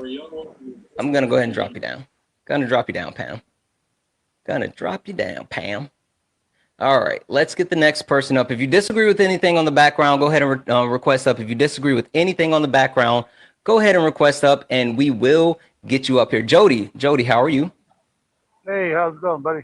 Good, good, good. Jody, did you vote left, right, or are you a non-voter?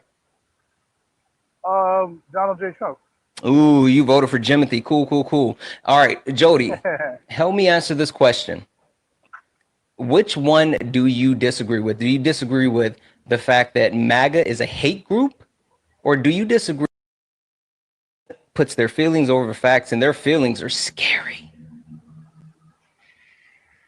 Well, you know, we all have feelings.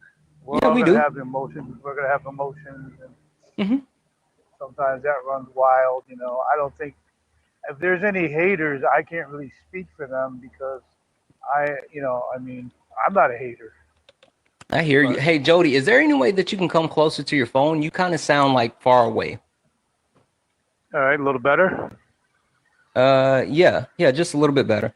Okay. So, Jody, help me understand this, right? Because I get feelings, right? I get feelings, and I understand how important it is to actually, you know, not only understand but engage with your feelings. But even more than that, why is it that the Republican Party was able to play on your fears to entice you to vote? Hmm. Yeah, you know, I'm not really sure about that either, because I wasn't really feeling that, you know. Cool. What was the reason why you voted for Donald Trump? Well, I mean, look at the pick we had. I mean, I sure wasn't going to vote Harris. Why? Uh, Wait. Why weren't you going to vote Harris? What? Because you said that with a lot of confidence. well, they both had track records, Okay. and I was just going with the most filled track record that there was. What do you I was mean? going, well, who actually said they did more and actually did more?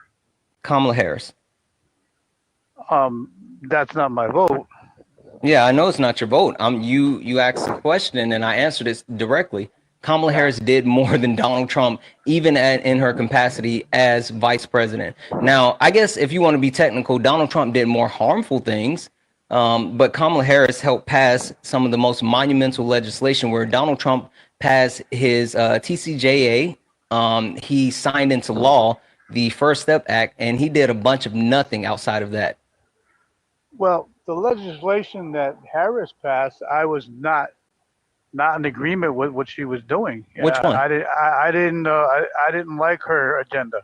Which legislation did she oversee passing that you didn't like? Well, you know, for the fact about she said she's going to give $25,000 to No, that she didn't first home oversee buyers. that legislation. So wait, so you're conflating the two. So what you're saying is you didn't like her proposed platform views. Yeah, I guess we could call it that. Yeah. Okay, cool. So you didn't like the fact that she was offering a pathway for people to be able to attain home ownership by giving a $25,000 tax incentive. See, the thing is that would not have been given on the front end. That would be the back end. Okay. That's a big difference. Okay. You know? So your gripe with it is that it wasn't given on the front end; it's given on the back end as a tax incentive.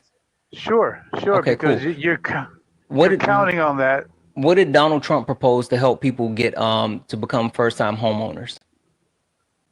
I'm not really sure if he did anything He actually. didn't. Yeah.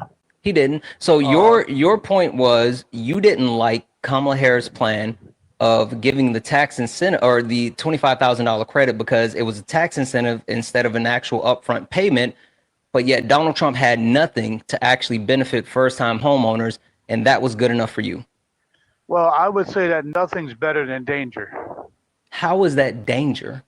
Well, because then what most people would do would be counting on that as something they'll be able to use up in the front end, instead it would not be useful until the, like I Oh, said, you to the mean back end. people who were uneducated about what it was, what it actually was? So you're saying that your problem, you think it's dangerous because people didn't do their homework to understand what that tax credit was about. So it's dangerous to those people who, for some reason, thought that they were going to get it and they wouldn't be able to use it because they didn't actually inform themselves. How would they be able to get it if they're at a point where they're not only not informed, but how would they be able to apply for it without being informed? Well, see, that's the thing. You said it. They were not informed, so they wouldn't have not have known. Okay, Uh, but how is that dangerous? So you're saying other people's ignorance is something that you blame Kamala Harris for. well, hey, if you stick a credit card out and you don't have any responsibility to pay the premium when it comes in, and you're just paying on the actual payment, and you're not paying the card off, because that's how credit cards work. They don't work by just paying the payment. Paying the payment just puts you more in debt. Cool. What president has put us more in debt over the last 20 years? Which president has put us, which president has used that credit card more than any other president? I would say Bush is one of them. That's wrong. Uh, I'm George, asking for the top, the big hitter. Who took their credit card out and said, "I'm gonna spend like a drunken sailor. Everybody drinks on me and shrimp and lobsters for everybody." Who's the person that literally pulled out the credit card and say, "Don't worry about it. I'm big bank. I got it." Who said that? yeah, I'm not really even sure. Donald Jimothy Trump. Donald Jimothy Trump added more to the national debt than any other president within the last 20 years. Donald Jimothy Trump, even if you take out the C-19 spending, he still had over $4 trillion of spending that was added to the debt, directly correlating to his TCJA, which he's trying to actually do again, which again is going to add more debt. They're going to pass this TCJA, make it continuous, give these permanent tax cuts to the corporation, and he's going to continue to spend money on the credit card. Donald Trump was just talking about they need to abolish the debt ceiling. Donald Trump wants to get rid of the debt ceiling so he can keep spending. So remind me again how you think that Kamala Harris offering $25,000 tax incentive, which people would get on the back end, is correlated to a credit card spending and Donald Trump adding more and more and more debt while saying, you know what, we don't even need a limit. Make it make sense. Well, you understand something. He's the type of guy that flips money over.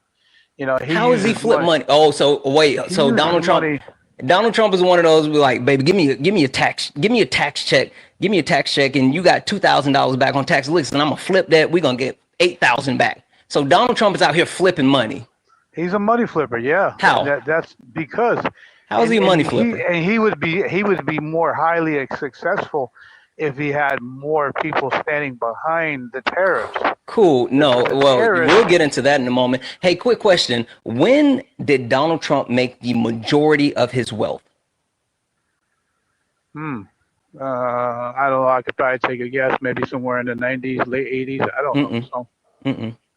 Donald Trump has made the majority of his wealth since being reelected as the president of the United States of America. Since Donald Trump has become president-elect and president, he has added more to his wealth than any other point in his life because he's been able to do multiple things, including his family purchasing an actual cryptocurrency and selling that off, multiple things like selling off dinners where you have to pay $1 million just to be in his presence. Like Donald Trump has added so much to his personal wealth since becoming president-elect for the second term.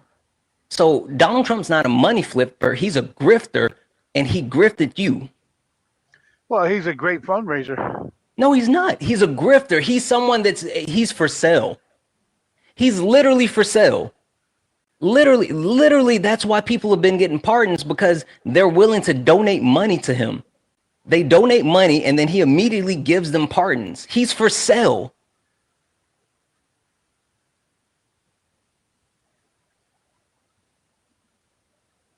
So, Jody, help me understand again how you're not putting your feelings over the facts. I'm not putting feelings over the facts, because the facts are, you know what the facts are, because you're stating them right now. The facts is, I'm not trying to say he's not that, all those things you said. He is that. That's what makes him tick. Yeah, That's what makes him move ahead. But you said that all of these, like you said that Kamala Harris, you said Donald Trump was the clear choice because Kamala Harris was offering $25,000 as a tax incentive that people would get on the back end without understanding what the requirements are for getting that. So you thought it was dangerous, but for some reason you think someone who has coalesced so much of their money and grifted off of the United States while being in office, selling pardons, adding to the actual national debt, grifted off of the United States while being in office, selling pardons, guys, dangerous. But for some reason, you think the lady that was trying to give away tax incentives is dangerous. Make it make sense. Oh, absolutely. Make it make sense. Because everybody's looking at Donald Trump to sink the boat. She let the air in the submarine. I mean, how does she let the air in the submarine? She was a very dangerous, deceiving, deceitful person. How? I hear you. I hear words. I hear words. Give me proof. How did she let the air in the submarine? How was she dangerous and deceitful? Her work in California was monumental. Total. Her work in California was monumental, from her time as AG to her time in the Senate. Her work was monumental, and that's why California now has the third largest GDP in the world, not in the country. And they moved ahead of Japan. They went from 4 to 3, the third largest in the world. California quite literally is doing better than a lot of countries. So again, help me understand how that was a bad thing. Is it bad because California is a liberal state? Did we kind of forget like what's happening in Los Angeles? What's happening in Los Angeles? Los Angeles, we have people that are disrespectful to law. Okay. Laws that have already been on the books. Okay. And that we are trying to enforce to make things work better for the American people. Okay, so you're someone that believes in law and order.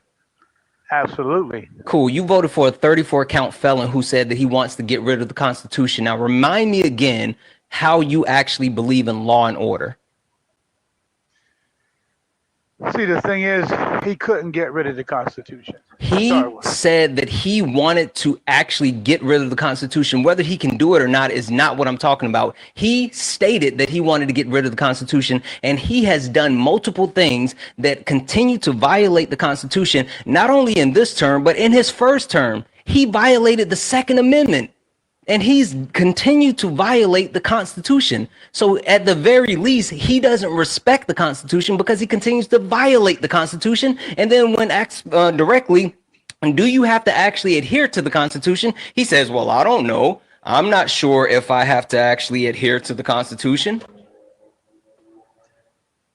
You see, the thing is that he has to talk the talk. Because if he's not talking it, then no one's going to take him seriously. How about instead of talking the talk, he actually does something? So is it more important for him to quote unquote talk the talk, or is it more important for him to actually do something? Hey, Jody, name one thing that Donald Jimothy Trump has done that benefits average Americans since he's been back in office. Well, you know, I think he's done a great job doing our borders. I hear you. How does that actually benefit average Americans? How does that benefit average Americans? Yes. Because there's not more illegal ethanol coming into the country. Okay, so Jody, I'm gonna have to kick you, and you can request backup. You cannot say the name of substances while on live.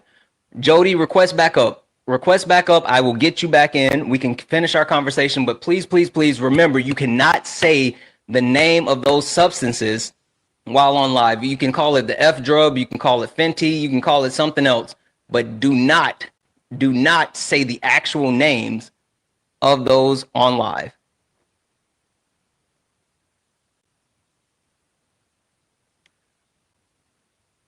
Guys, tap the screen, share the live. Let's go ahead. For some reason, the likes are moving super slow. And you know what? I got subs now. And since I got sub now, I can go to sub only. So this is what we're going to do. If we're not at 125,000 likes within the next 10 minutes, we're going to sub only. So let's tap the screen. Let's get it up to 125,000 likes. If you are not a subscriber, go ahead and grab a subscription. You get access to the Discord, a bunch of really cool emotes, but you also get access to a fast pass with joining the panel with Late Nights with Santana, a tag me in, which gets you 5 minutes to get up here to spar with me with Sparring with Santana, and my question, which allows you to actually that allows you to get a priority question off with Brunch with my creator. Is it hit up? I'm sorry. How do you say your username? High top. High top. High top. Yeah. High top. How are you? How you doing, man? I haven't been on with you in a while. Really? High top. Yeah, We've spoken before. Oh yeah. I enjoy your lives. Oh, okay. Fair and you're to the point. Perfect. But hey, my man that was just on right there. That is my problem with Mega. Well, hold on 1 second. High top. Do you disagree with one of the points on the background? No, I don't. Okay, all right. I'm gonna give you 30 seconds, but I got to keep it moving because we're only looking for people that disagree on the background. Go ahead. You got a quick moment.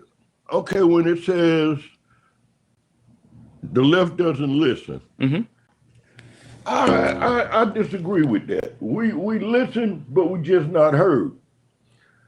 Yeah, I think we do a terrible job at messaging, and like how Trump comes at you real hard and everything, and the Mega, they don't give a damn. They ain't trying to spare nobody's feelings or anything. We come off as soft, and we don't really drive our narrative. We let the right drive our narrative. Yeah, that's because the left doesn't. Okay. And our problem is, I mean, we got to come stronger. We got to deliver our message. Okay, just like I'll be arguing with people right now. Okay, but listen, high top. I'm looking for people that disagree. So I'm gonna go ahead and drop you down because I feel like you and I are on the same page. We're locked in.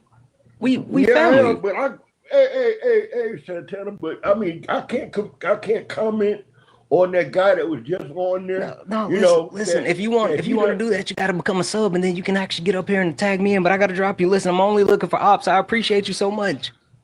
And also, you can come back on late nights. Look, you can come on late nights, but not on Sparring. I appreciate you. I got you. I got you. When is late nights? Late nights is Monday through Wednesday. I got you. All right, perfect. Guys, only get in the box if you disagree with the background. Only request up if you disagree with the background. If you are someone that's watching and you disagree with the background, get in the box, guys. Also, we got 7 minutes left to get to 125,000 likes, or we are going to sub only. So tap the screen. Reminder, guys, Cash App, PayPal, Venmo, all the pay links are in the link tree in the bio. Santana Speaks 24. Santana Speaks 24 is the best way to support the live. If you enjoy the information, education, entertainment, please consider donating. Everything is accepted. Anything is appreciated. And last but not least, if you're over on YouTube, dang it. If you're over on YouTube and you would like to actually support the live, you can do so by sending a YouTube super chat. If you send a YouTube super chat, I will read that message out. So go ahead and do all the wonderful things. Brett, what up, my brother? What's up, man? How we living? We alive. That's about it. I hear you. You sound far away, Brett. Are you talking to me from the afterlife? Are you currently a ghost? Is that better? I don't know. You sound kind of far away. Let me see. It's better? No. Oh shit. I rearranged a bunch of shit, so I'm trying to. I know how that goes. It's the worst. It's the worst. Guys, as Brett tries to figure this out, again, if you disagree with anything on the background, if you're someone that does not believe, yeah, I got it. If you're someone that does not believe that moderates are cowards, get in the box.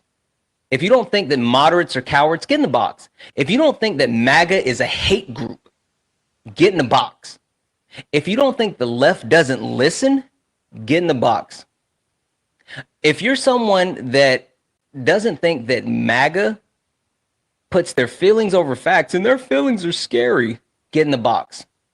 And last but not least, if you're a third party voter, which makes you a non-voter, and for some reason you don't think that you're a sucker, then get in the box, because all of these things are true. And while Brett is up here, if you got anything to say about not only the Constitution, but specifically about 2A, and you got a stance that we don't deserve universal background check, red flag laws, proper pew pew control, if you disagree with any of that, get in the box, because Brett will dust you off. Yeah, I said it. Get in the box. Can you hear me now? Now? You still sound the same. Ah, I don't know what's going on. yeah, I don't know what's know going on. man. Adam, how are you? I'm doing good. And yourself? Good. Adam, did you vote left? Moderates are cowards, or do you disagree that the left doesn't listen? I disagree with that. The left doesn't listen. Okay, cool. I only disagree because I feel and think from my personal experience on being a volunteer during voting day and for voter education. I've had to inform people on what parties and what candidates most align with their views, talking with people in their day-to-day lives. Through that, it kind of get me. As I said, I voted left. I was able to speak with people in their day-to-day lives, so they understood their direct best interest party. I think that the left is a lot more tolerable than the right. Okay, all right. So the one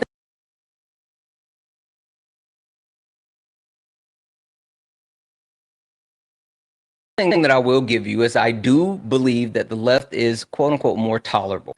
It comes the fact that people on the left tend to lean in specifically to their things, right? And if their things aren't the things that are addressed, then they are willing to torpedo any type of cause, because if their thing isn't the most important thing to everyone else, then they are unwilling to act what that thing isn't the most important thing to Apple. I talked to a guy earlier who said that he voted for the Democratic Party over and over and over for years before, but he did not vote for Kamala Harris because Kamala Harris specifically did not stop the genocide that was occurring in Gaza. And when I said, okay, cool, what could she actually do to stop said genocide in Gaza? The only thing that he could give me is, well, she could stop it better than I can.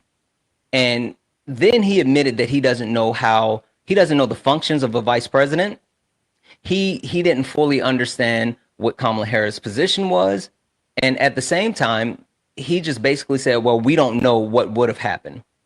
And he took that one position while at the same time understanding that Donald Trump met the 14 tenets of fascism, that Donald Trump was actively going to harm him because he was a disabled veteran. And Donald Trump, knowing that Donald Trump was going to strip away his rights as a veteran, as a disabled person, was going to harm women around him, he still said, well, that one thing is the reason why he voted, or he wouldn't vote for Kamala Harris. And then at the same time, while I'm trying to give him this information, he constantly fought back. He fought back, not being receptive of any of the information, including the facts around what he thought versus what the reality was. He still said, well, I don't think that's going to happen, or I don't think that would happen, or I don't know. He was unwilling to actually listen to or be receptive. So you do have that, but at the same time, you have certain members of Congress within the Democratic Party who are more worried about holding on to power, where they don't listen to their constituents when the constituents are screaming for a change. they won't actually put people at the front of the party like AOC. They rather continue to promote people who have been a standard bearer like Chuck Schumer. So for that, I mean, for your first point, Mhm. I would say for that guy, he would lean more of a Democratic moderate. Yeah, he's a As in moderate, which he's a coward, but yeah. he leans more towards the moderate side, and he was convinced by previous Democrats or previous Democrats that voting for them would benefit him directly in certain ways, or he was very Yeah, I mean, he did opposed say to. that he had been jaded by the fact that in 2016 he didn't like how the Democratic Party did Bernie Sanders, which is again another example of the Democratic Party not listening. But then he also made a statement that Joe Biden didn't have a primary, which is not true. And then he said that Kamala Harris didn't have a primary, which he didn't even understand why there was no primary. So there was an issue with that. There were multiple things that he didn't understand, and he was unwilling to actually learn from any of those things.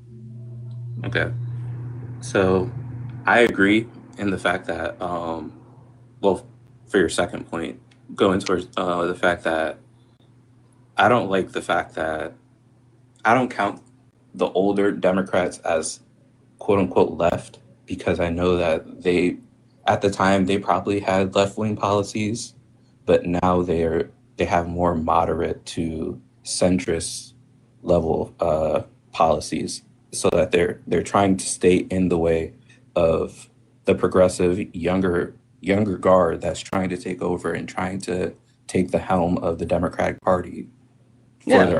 their own self-interests. Yeah, I mean, I agree with that. And again, that's why I said they don't listen, because if they're more worried about their individual interests instead of what's best for the country and what the actual people want.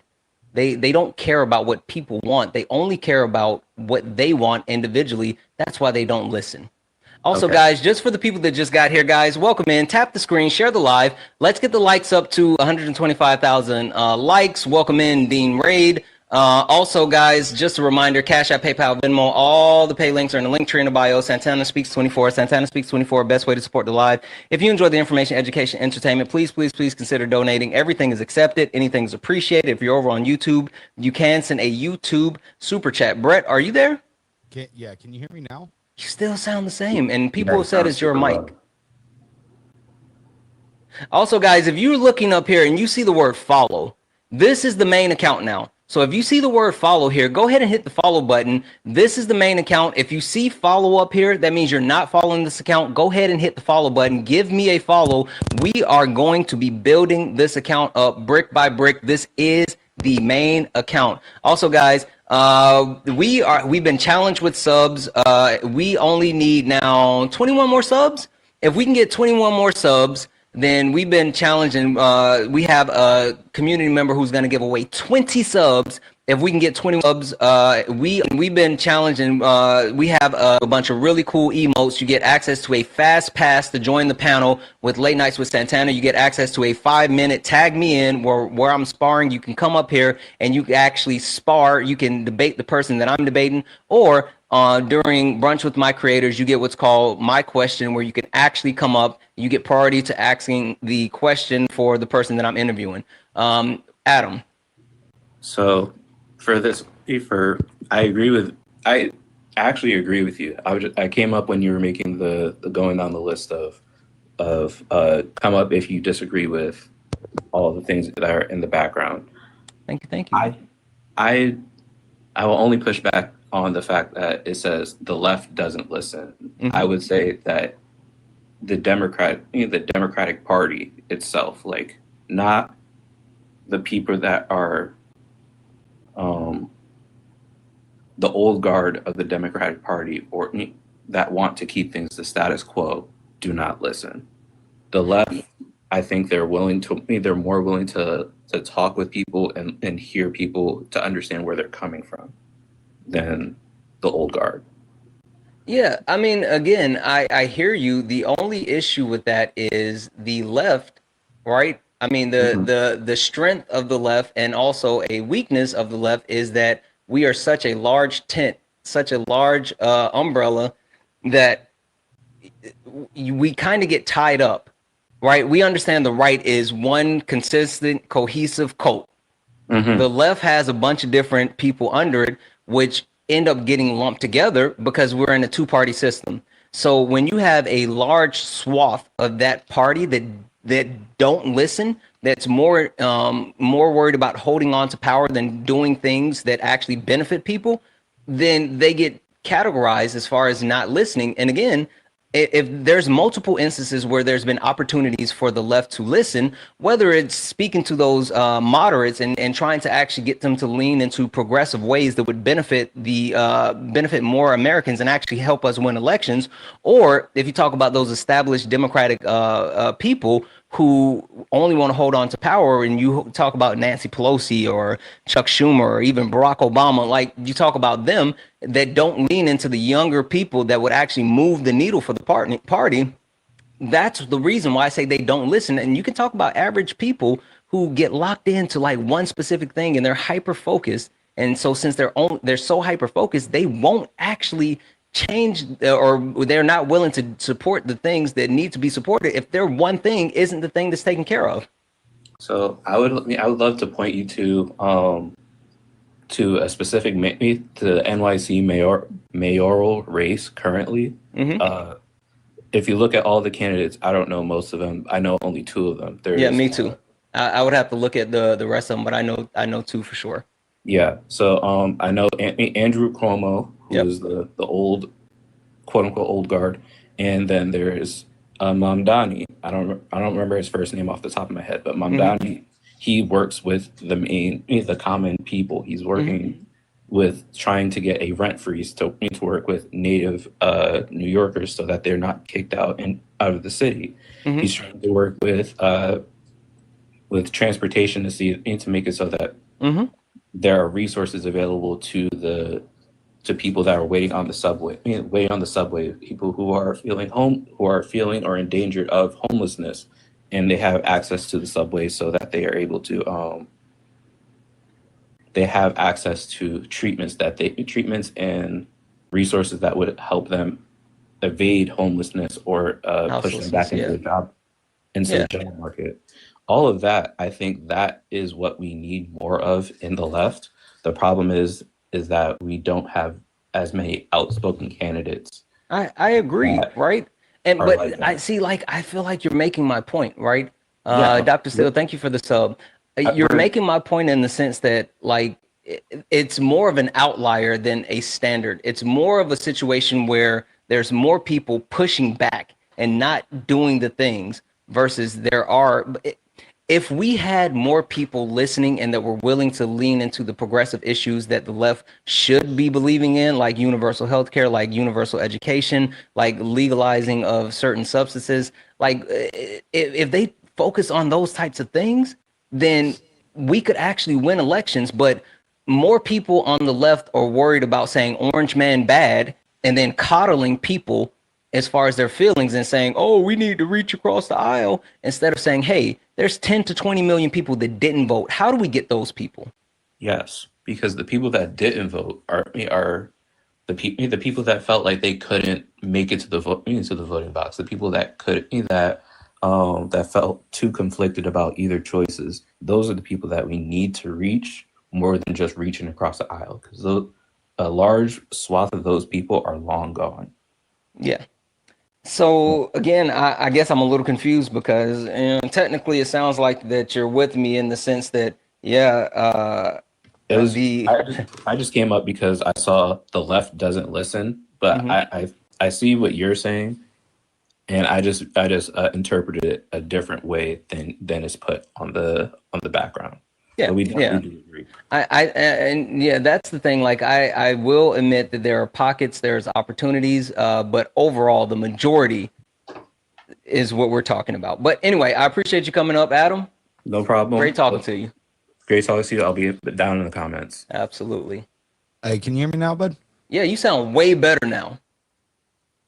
All right. Like, good or just better? No, you're good. Okay. Like, this is exactly what we needed. All right. All right, guys. Again, tap the screen. Let's keep the likes moving. Let's get the likes up to 150,000 likes. If you disagree with anything on the background, get in the box. Get in the box. 1-800-Jenny. Did you vote left, right, or are you a non-voter? Right. Perfect. Hey, what can I call you? Like, how can I address you? Monica. Hmm? Okay, perfect. Monica, question for you. Which one do you disagree with? Do you disagree with the fact that MAGA is a hate group? Or do you disagree with the fact that you guys put your feelings over facts and your feelings are scary? Well, all the above, and I disagree with your fake acting right now, so just be normal. Okay, well, cool. I don't care what you actually disagree with when it comes to me. I want to actually talk about what you disagree. Exactly. That was I just told you all the above. Brett, that was his feelings coming through. He's already showing his fifis. I know. Maybe we can talk about it during Men's Mental Health Month. Yo, how'd the Unfuck America tour go? It went swimmingly. It crashed and burned, but who cares? Because again, we're not up here to talk about that. How about when we talk about your actual feelings, or the fact that you don't understand things, or the fact that you're a part of a hate group? Which one do you want to lean into? Hey, why were you okay with voting beside the Triple K? Who said I voted beside the Triple K? You said that you voted for the right. Did you vote for Donald Trump? I did. Okay, then you voted with the Triple K. You voted with well-known racist. Okay, yes. So because they chose that, that means I am? No, that means that you're okay with it. The fact that you voted with the people who not all black stand people are up for racist, like racism, again, the fact that you You're voted racist, for the dude. fact that you voted for the group that believes so in mad, racism speaks to the fact that you are at the very least okay with racism. Hey, why are you okay with racism? Are you mad that Dean got paid more than you? No, not worried about that. Hey, why are you okay with racism? Man, you're irritated. I'm not. I hear you. Why are you okay with racism? You're just a racist black dude. I hear you. You don't understand how race works. Listen, this is fun, right? Because one, you thought that you were going to be able to come up here and troll me, not understanding there's a big difference between me and other creators. First and foremost, I'm not the 1, 2, nor 3, right? Secondly, you don't understand that I'm a grown man, not a kid, and I don't play those type of childish games that you're actually engaging in. And number 3, the thing that you didn't realize is how insignificant you actually are. You are an actual peon, right? And so making sure that you understand those things is something that I needed to clarify. Now, getting back to the point, why is it that you are a part of a hate group? Well, I'm not, but anyway. You are. You voted for MAGA. MAGA's a hate group. So MAGA is a hate group? Yes. That's what it says on the background. You said you disagree with it.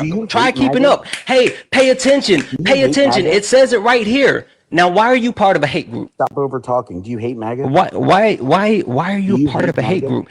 Listen, the way the things work, bud, is I gave you a question first. So before you can actually give me a question, you have to answer my question first. Why are you a part of a hate group? Bro, you fucked up a tour. Like, sure. Why are you a part of a hate group? Why do I owe you an explanation? Let me guess. I owe you something because I'm white.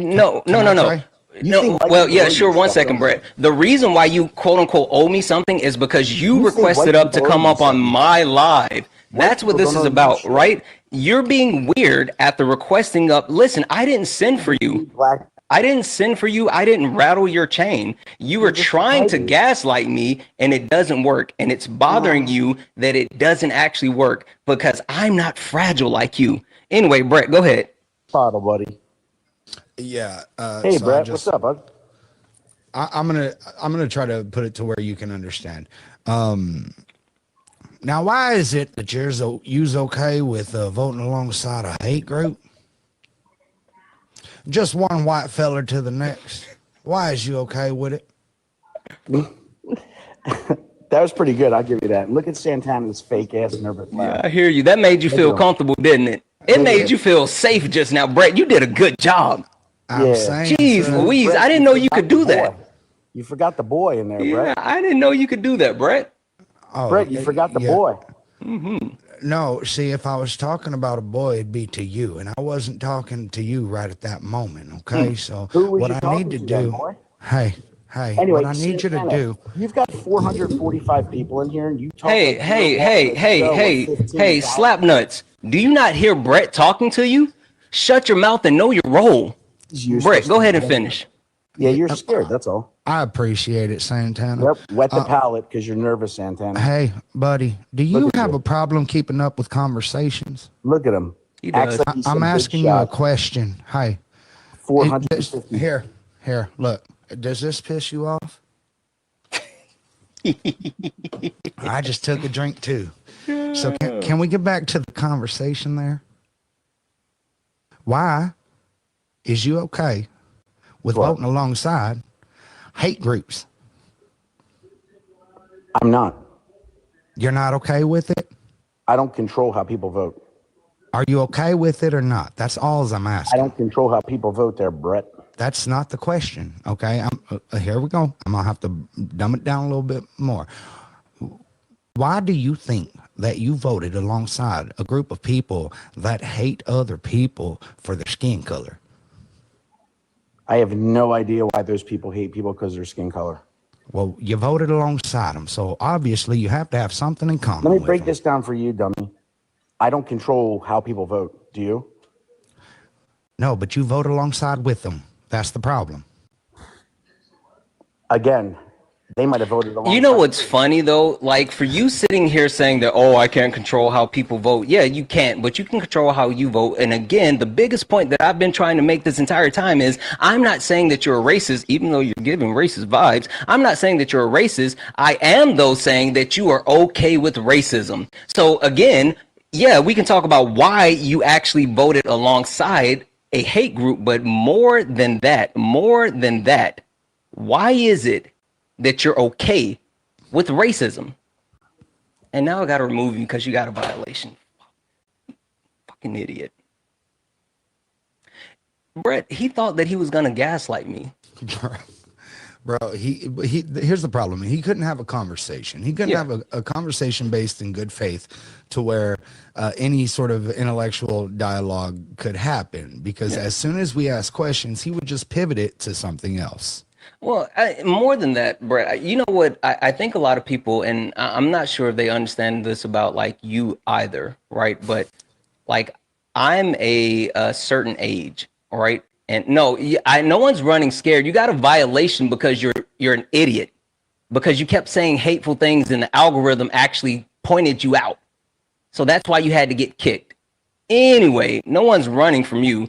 Anyway, Brett, like I think that they for some reason think that like they can talk to us like they talk to the 20-year-olds, like the younger people, not understanding like what age we are, who we grew up with, how we grew up, and you know what we're about. And I think that's like the disconnect. I think you said it perfectly. We ain't the 1, 2, or third. You know what I'm saying? No. And they're used to that. They're used to jumping up here and talking to younger individuals that may not have experienced life as much as we have. And are, to your point, more willing to reach across the aisle and talk to people and everything instead of just flat out calling people dumbasses. Yeah, and also using ableist terms, right? I mean, like the fact that he leaned into an ableist term, like, what are we doing? Anywho, Raiden, how are you? Good. How are Raiden, you? you voted right? Most definitely. Perfect. Right is right, right? I hear you. Hey, Raiden, which point do you disagree with? The fact that MAGA is a hate group, or the fact that you guys put your feelings over facts, and your feelings are scary? What is our feelings? Well, I mean, the feelings in your tum-tum, really, it's the insignificance. It's the fear that for some reason you guys are being replaced. It's the fear that, you know, there's someone taking things away from you. It's those fears that the Republican Party leaned into, whether it's the fear of, quote unquote, men being in women's bathrooms, or the fear that the brown people are going to come and they're taking their jobs and all this other stuff that they actually use to scare up votes. Those are your feelings. Those are okay. Well, that's not why I voted for Donald Trump, but Why'd you vote for Jimothy? Who? Donald Jimothy Trump. Revengeance. Wait, Revengeance.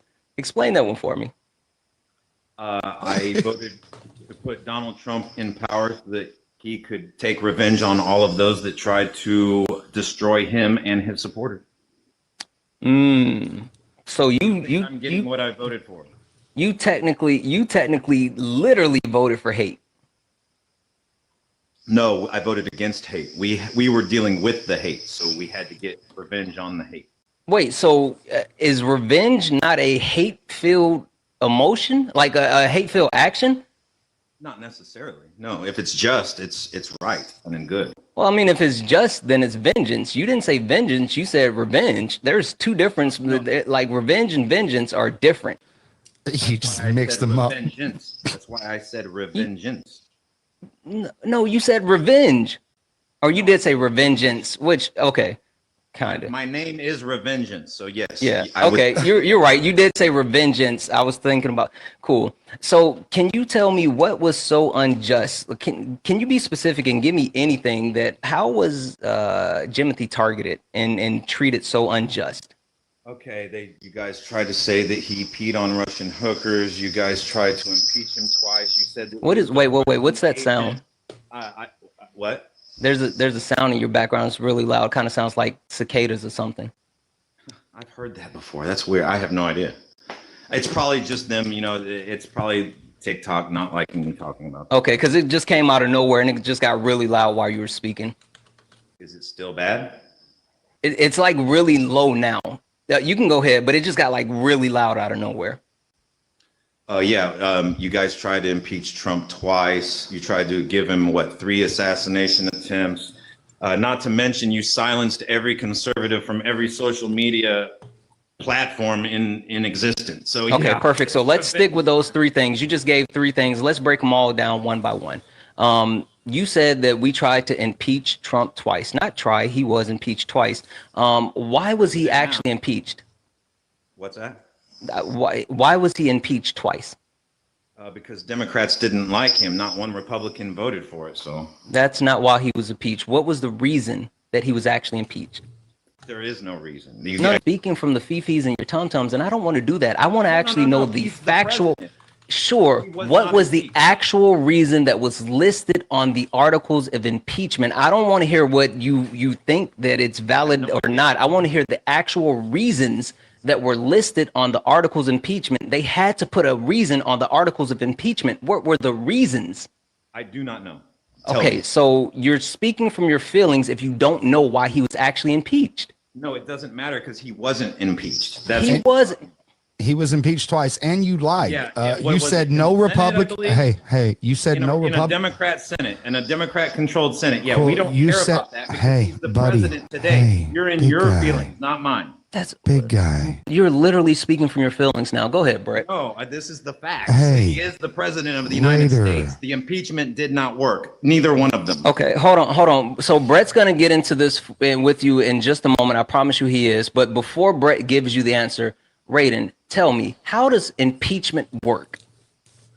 Well, you try to impeach a president through the House and the Senate. No, you don't. No, you don't. No, you don't. No, you don't. Well, you have to have. Yes, no, you don't. You don't try to. You don't. No, you don't. Raiden. You don't want somebody to run again. Raiden. Okay, hey. In the House and brother man, you are crashing.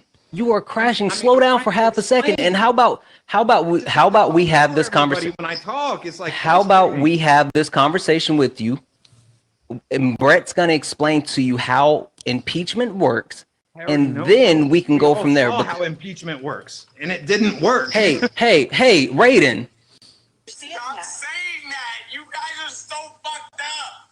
That is not true. That is not true, and you don't understand how it works. So stop talking for a second and let Brett explain it to you. Brett, you got that it. Was wild work, Santana. I want you to explain me why and how Donald Trump is the president of the United States in 2025. That's what I want you to explain. We're not pivoting. So the impeachment is within the House of Representatives, right? And then you lied earlier when you said that no Republicans voted alongside his impeachment. In fact, there were 10 House Republicans that joined the Democrats in voting to impeach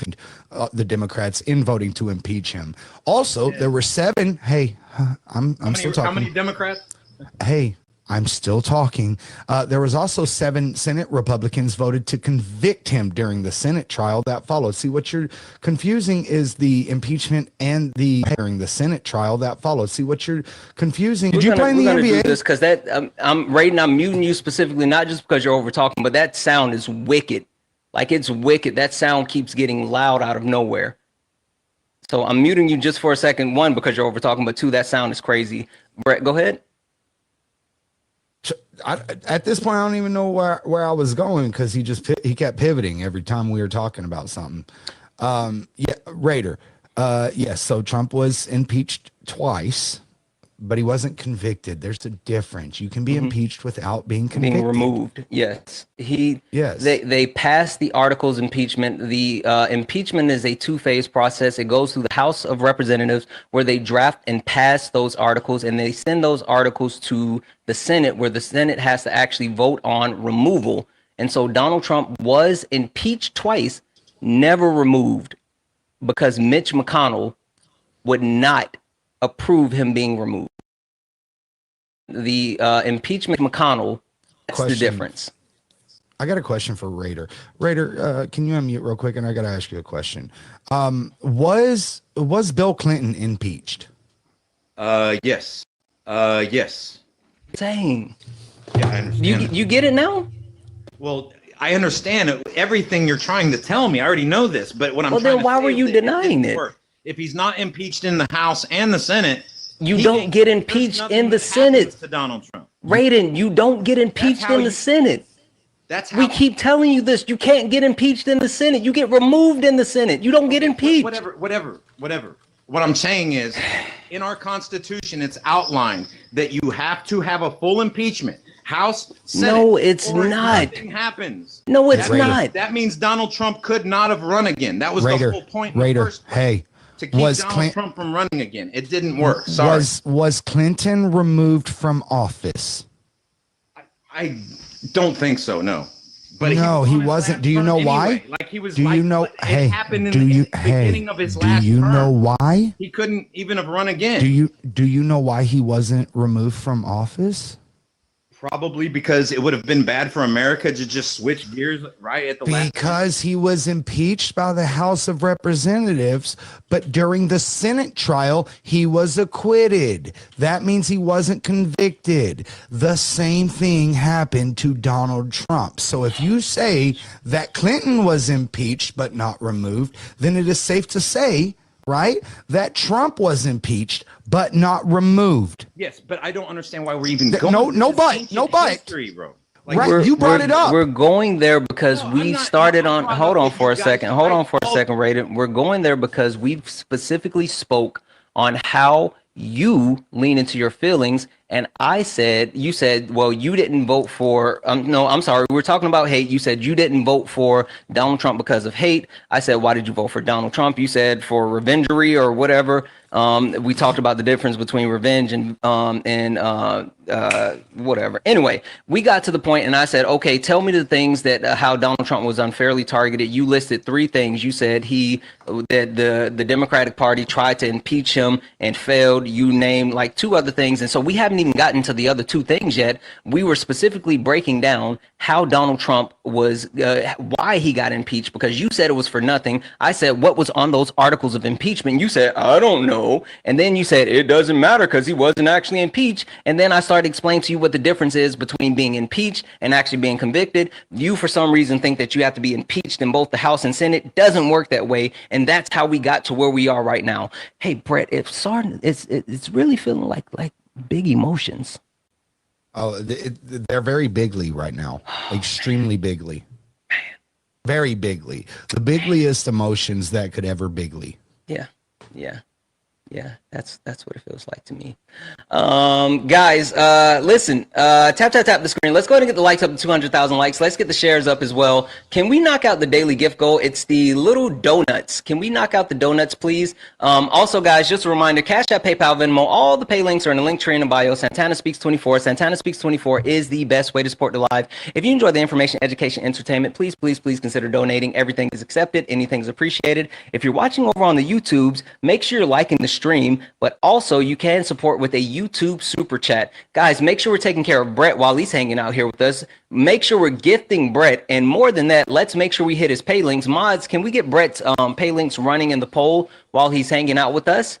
And last but not least, guys, if you look up here and you see the word follow, this is the main account now. That means you're not following this account. So I need you guys to hit that follow button. Hit that follow button to make sure you're following this account.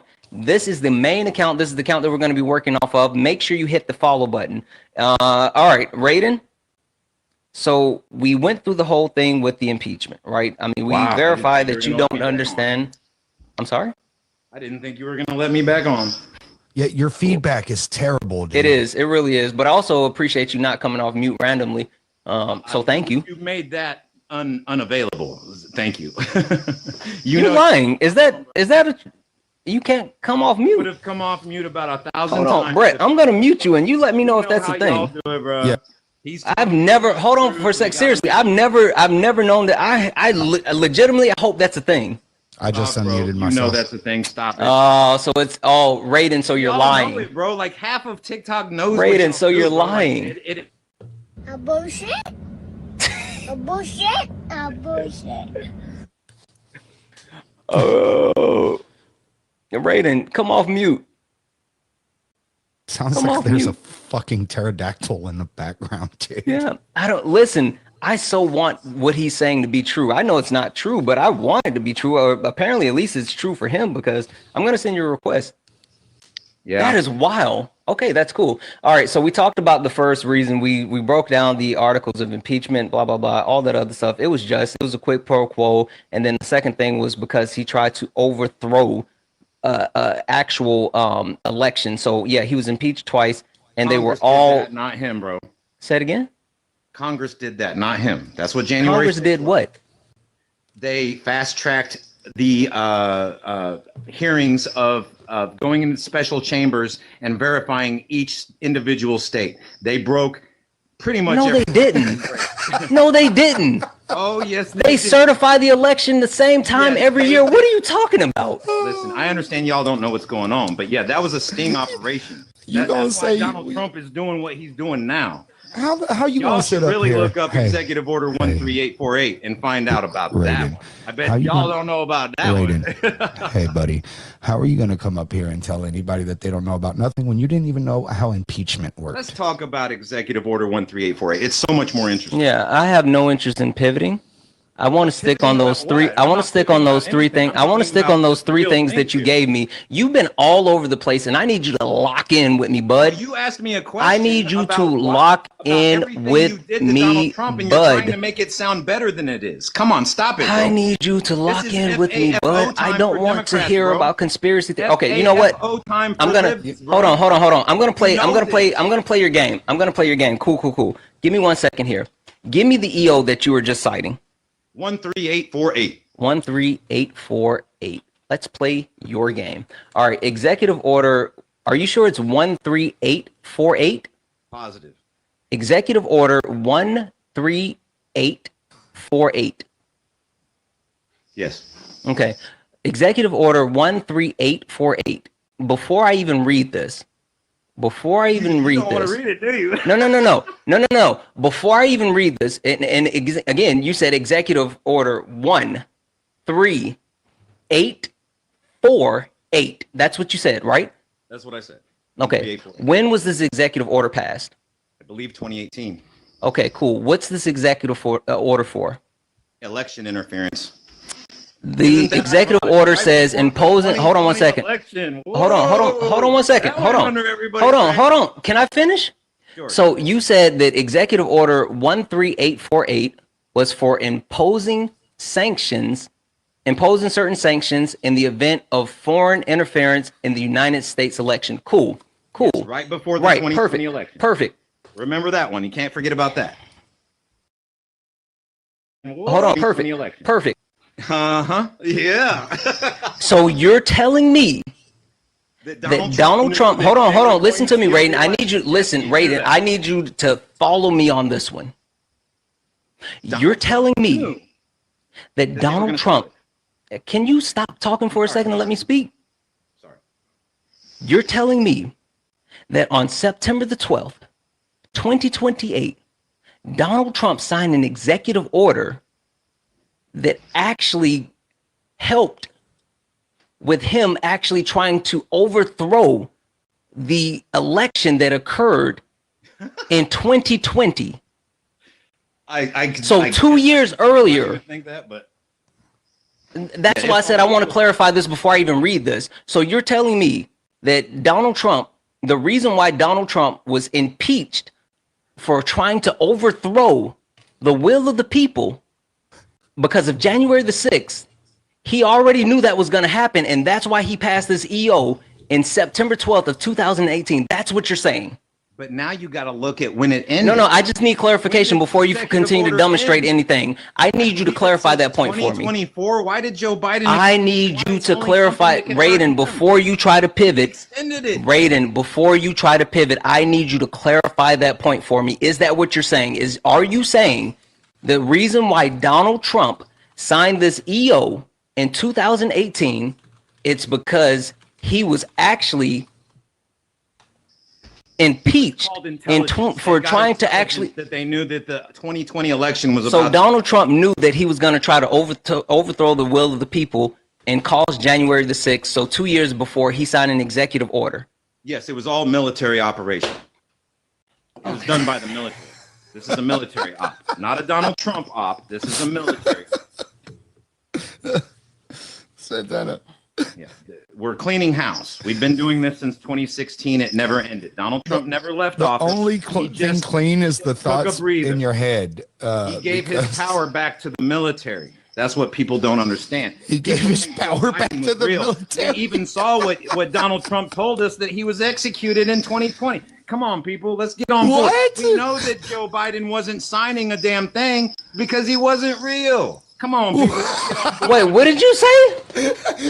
Come on, man. Stop being slow, people. Okay, hey, Raiden, don't use that term. That's a Raiden.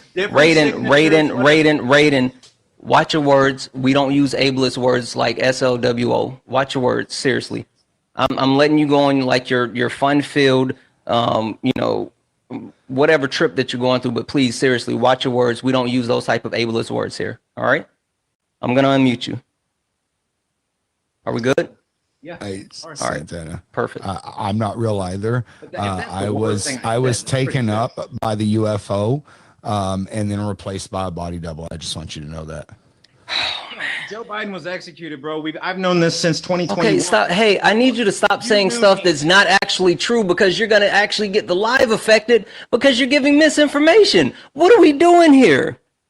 Let's stick on the EO. Please stop saying stuff that's not provable. You may feel that, but like, just hold on.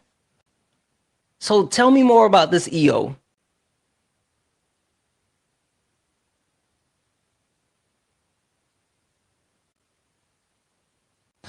While he's trying to figure that out, Santana, how do you get all of the crazies in here, man? I have no idea what's happening. I have no idea what's happening. Raiden, I sent you a request to unmute. I was on live for like 6 hours the other day, and I couldn't get one opposition to talk to a, but you get this guy, and this is wild, bro. Let's get the likes up to 250,000 likes. Raiden, I'm going to send you a request to come off mute again. Guys, don't forget Cash App, PayPal, Venmo. All the pay links are in the link tree in the bio. Santana Speaks 24, best way to support the live. Everything is accepted. Anything's appreciated. If you're over on YouTube, you can send a YouTube super chat to support the live. And also, Brett, his pay links are running in the bio. Let's make sure that we actually take care of Brett at the same time. Make sure we gift Brett, but make sure we hit his pay links. And last but not least, guys, this is the account.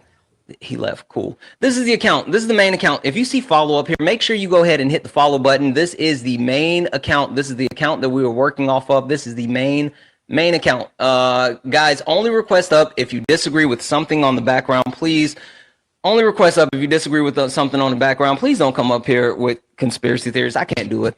I'm legitimately, I'm not built for that today. Legitimately, I'm not built for that today. Yeah, this person, hi. Okay. All right, I'll let you up. I'll let you up. Let's see what happens. I'll let you up. I'll let you up. Yeah, guys, make sure you hit the follow button. Follow this account. Meow, Hi. meow, meow, meow. Meow, meow, Cool. See, meow, that's why I meow. wasn't gonna let you up because you're a weirdo. Like I knew it was something. Oh my god. You said you got flagged. Good, because you were sitting up here saying stuff that was like easily disprovable, stuff that's not true. That's what happens when you come up here and you say stuff that's not true. Yeah, you got flagged. What are we talking about? Apparently he believes in Hollow Earth too, which if Oh you my haven't gosh. looked into that, look into that. That's some wild stuff. Yeah, yeah. All right, guys, get in the box if you disagree. If you disagree with anything on the background, if for some reason you don't think that that moderates are cowards, get in the box. Get in the box if you don't think that MAGA is a hate group. Get in the box if you don't think the left doesn't listen. Get in the box if you, for some reason, don't think that MAGA puts their feelings over facts and their feelings are scary. Listen, Raiden just showed us his feelings are scary. Not only is his feelings thoughts scary, are wild. That's what I was about to say. It's probably scary inside of his head. Like, whoa. Also, get in the box if you are a third-party voter, which means you're a non-voter, which means that you're a sucker. Yeah, I said it. You're a proud non-voter. Okay, get in the box. Get in the box. I'm going to send you a request. You explain to me how you're a proud non-voter. I just sent you a request. Help me understand that one. Could you imagine that, Santana? Yeah. I did fuck all for this country, and I just let the fascists take over. But I'm proud of it. But I'm proud of it. I'm proud of being a sucker. Kay Nicole, how are you? What are you doing? I don't know. I'm chilling, Kay Nicole. What about you? What are you doing? I don't think Kay Nicole noticed that she's up here. No, not at all. All right, we're going to drop it down. We're going to drop it down. We're going to drop it down. Keep it moving. Guys, again, only request up if you disagree with something on the background. Only. I would actually love to talk to y'all. I actually voted and value people. So, wait, say it again.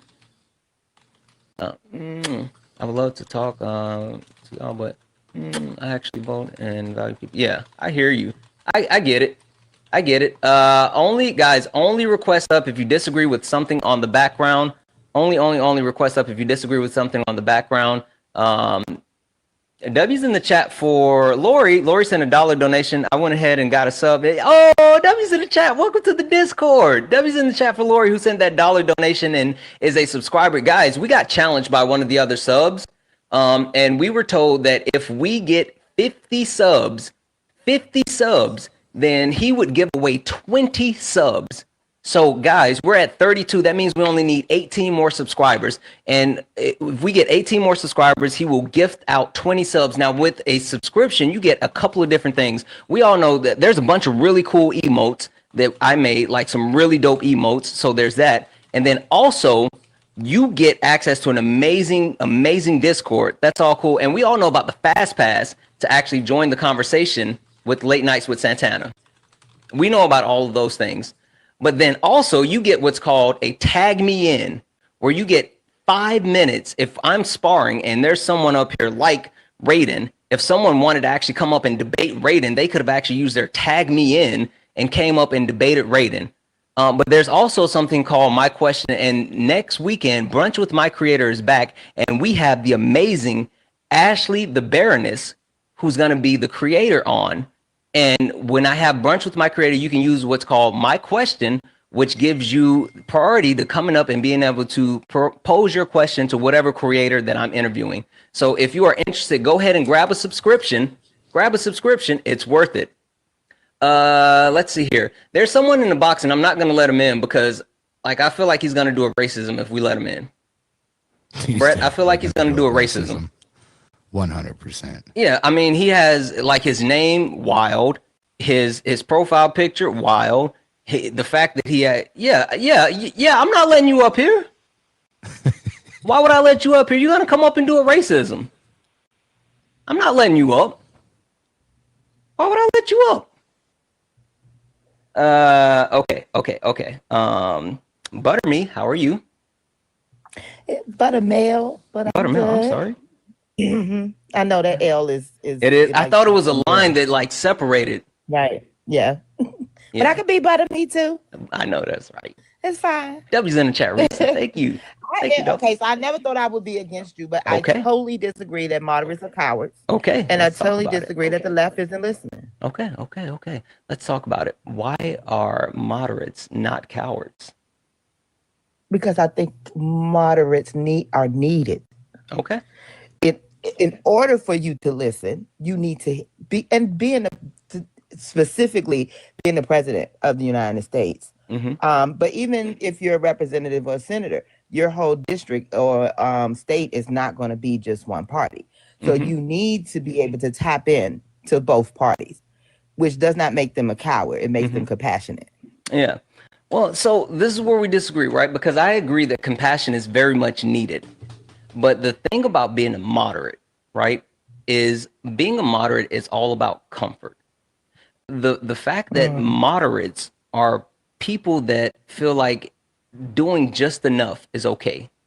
And we've been unable to actually progress within our country and get certain access to things like universal health care, like free education, like legalization of certain substances across the board, because moderates are so scared of making sure that they don't actually do anything to quote unquote lose power, that they don't push forward any progressiveness.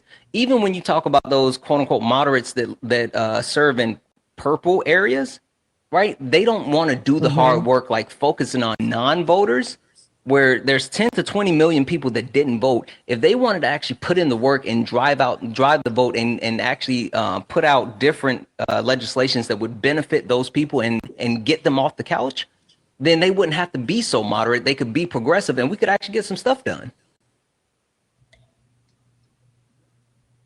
Okay, but if the stuff that is needed, that would be your opinion that international health care is a benefit to everybody. Universal health care? Universal, yes. Yeah. What's the number one reason what's the number one reason for unhouselessness in the country? I'm gonna say mental health. Medical debt. People, the healthcare system that we have within the United States is driven towards basically pay for play type of situation, and they only care about being able to generate revenue. And people have to get this medical care where they can't actually continue to pay bills. And so when they can't pay the bills, they end up putting themselves in debt. And when they put themselves in so much debt, they actually lose their homes. And so if you actually provided universal health care where people didn't have to worry about paying $20, $30, $40, $50,000 for health care, then you would actually help increase not only the standard of living, you would help address the unhouselessness issues within the country. And then you would also be able to address the health issues within the country. A lot of people don't go and seek health care because they don't have access to it. And so they don't even get basic checkups, especially within the Black community. Well, I that's not something I can disagree with, but how will we fund this universal health care? Sure. It will have to come through our taxes, correct? Sure. Now, and so there are American citizens who do not agree or would volunteer their money to help Miss Susan down the street have proper health care. It's sad, but they just don't. And as a moderate, you have to keep their opinion on that in mind too. Or you can do things like cut or close the loopholes on the ultra rich, so they're not able to, capitalize on unrealized gains. Or you can actually implement a higher corporate tax rate, which you don't even have to necessarily raise the taxes on corporations. You can just put it back where it was like in the Obama era. And you can also look at cutting the military budget, because the military budget is not only massively bloated, it's approaching $1 trillion. So there's multiple ways that you could actually fund universal health care that wouldn't directly impact everyday Americans. It's just they don't want to do those things because they're cowards.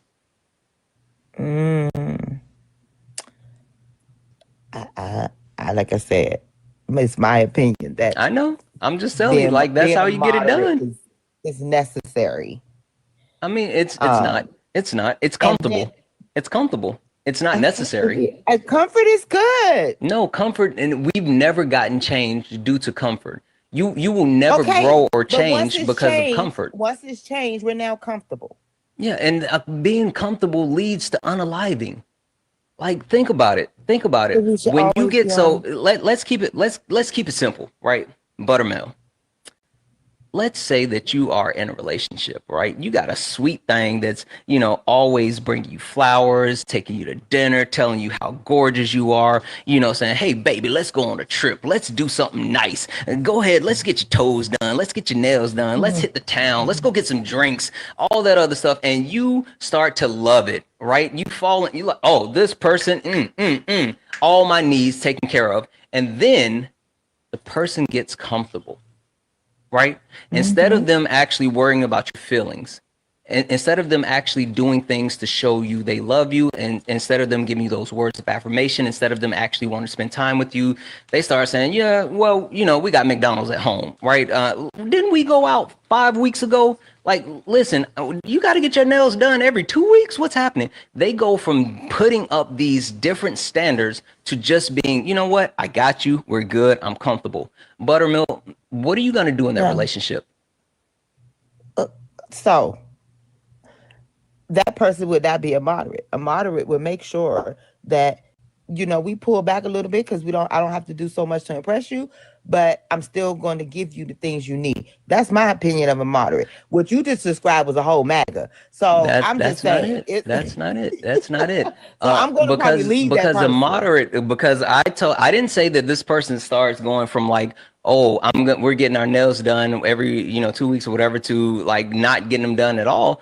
What I'm telling you is they took a shift. A moderate is that person. Right. A moderate is a person that that says, we have this thing, and if we can just, hold on to this thing, or hold on close enough to this thing, we don't need better. And I'm sorry, we need better. Like, we are in the richest country on earth, and we can have better. So the moderates are not only contributing to the better, but they also are listening to what the other side has to say also. And really quickly, I want to go to the left doesn't listen. The left is listening. This is why we're fighting for women to have their rights. This is why we're fighting for the community to have their rights, because we're listening to the people of 2025. This is what they want. It's the people from the 1980 and above that's like, no, don't change it. Leave it alone. Let's go back to where it used to be. The left is listening. This is how we're moving into AI, into new green stuff, into making sure people have home ownership. We are listening. They listening. Sure. So, question for you. What has the left done to actually promote AOC or Jasmine Crockett? Say that one more time. What has the left done to promote AOC or Jasmine Crockett? Have they put them up into positions of power? Have they actually vaulted them to the front of the party? Not if I believe that I'm correct, that both of them are in line for something right now that just came open for both of them. So this will, give you your answer if they actually get it. Yeah. So the thing is that they're not actively promoting either one of them. And even when you talk about AOC, you actually have a situation where she was going for a committee position, where she was going up against an older, established Democrat that had cancer. Correct. And instead of them going after AOC and promoting her, they put this older Democrat in that position. They're literally not listening. No, he didn't. But it's because of the status quo. You have people like Chuck Schumer, Nancy Pelosi, even Barack Obama, who hold on to power, and they don't listen to those people that actually keep saying, we want change, we want more, we want this, we want that. I mean, even if you talk about like certain things that have tested well, including we're gonna have to restart, but things that have tested well, including the desire for universal health care, like that's something that people want, but like we're not getting that because of moderates. But anyway, Buttermel, I got a violation. We're gonna have to call it. Okay. I appreciate you All coming right. out. All right. All right, thank you, Brett. I'm gonna have to call it. Yes, sir. They hit me with the unoriginal whatever. Like that's been a wild thing lately. Bro, I've been getting that or like fake engagement. Yeah, that's what I meant. Hold on, it says yeah, fake engagement. Fake engagement. That's why like I'm really skeptical of people now that come up and like their phones sound weird. It's something that they're picking up on or whatever. I don't know. Anyway. Yeah, I'm not sure, brother. Yeah. Brett, how long are you doing this tonight? I don't know. I think I'm gonna grab something to eat real quick and then probably check back in. But yeah, I'm about to go live, so okay. I might come through then because I'm definitely getting down. Listen, I was I was on here and I know that I've shenaned a little bit, right? But since I've shenaned once already, I'm like, damn it, I might as well shenan again. So if you're gonna be live, I think I think I might swing through and just cause some chaos because me hosting my own live is cool, but there is nothing like me being on other people's panels. Like Let's go, brother. Yeah. Let's go. All right, I'm gonna grab some food. I appreciate you, brother. Later, man. Yep. All right, guys, we're gonna have to skedaddle because now we're no longer getting any push and all this other stuff. It could be no, it's not that. It's not that. It's something where they pick up. It's people that talk. It's weird, and yeah, like that's why I'm really like cautious about certain people that actually speak. And it's something new with TikTok, and a lot of creators have been getting hit with that. So it's not specific to me. It happened yesterday. It's whatever. Hey guys, real quick, if you're not following me here, right? If you see this and it says follow, this is the main account now. This is the main account now. Go ahead and hit the follow button. Make sure that you're following. If you see the word follow up there, that means you're not following me. Go ahead and hit that follow button. Lock in with me. She was. She was. Lock in with me, guys. Lock in. We family, baby. Yeah, let's go ahead and do that. I'm gonna get out of here and I might be back later. I might go live again later. I'm definitely going to be on other people's panels. As a matter of fact, I also think like Dan and Eric are supposed to be going live. I think I'm going to go crash that. I'm going to be all over the place. I'm not going to lie. I kind of want to show out tonight. I kind of want to have a good time. I might even go MAGA hunting tonight. Would you guys like to see me go MAGA hunting? Anybody want to see me go MAGA hunting? I might go MAGA hunting.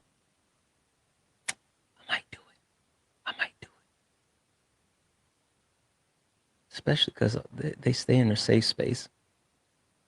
Yeah. Fun fact, when I go MAGA hunting and I get to the point where I can tell like they're getting close to the edge, I just say fuck it and crash out. Like I just crash out when I know that like they're so close to the edge and they're gonna kick me anyway. I just crash out before they can kick me. I don't know. Anyway, guys, let's hit this outro and get out of here.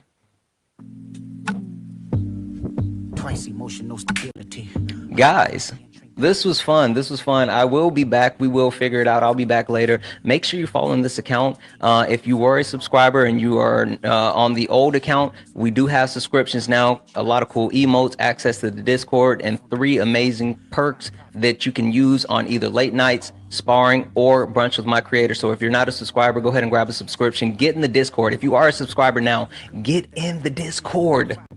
It's worth it. It's worth it. It's so worth it. We're family. Guys, I love you all. You all are absolutely amazing. We're going to do this again later. Thank you guys for the likes, the taps, the shares, the gifts. Thank you for the donations. Thank you just for being here. Thank you for being you. You guys are beautiful. Listen, if I could hug each and every one of you consensually, I would give you all a hug because all of you are absolutely, absolutely amazing. Thank you all for being here. And as always, wait, I got an emoji for that. I got a peace emoji. I got a peace emoji for the subs. For the subs, drop the peace emoji. Don't just put the symbol. There's a peace emoji. Let me see some of those peace emojis before I go. For subs, drop the peace emoji. I put the peace emoji in. There we go. And as always,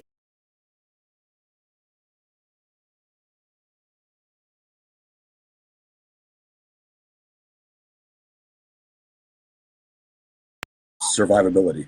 Cannot breathe on their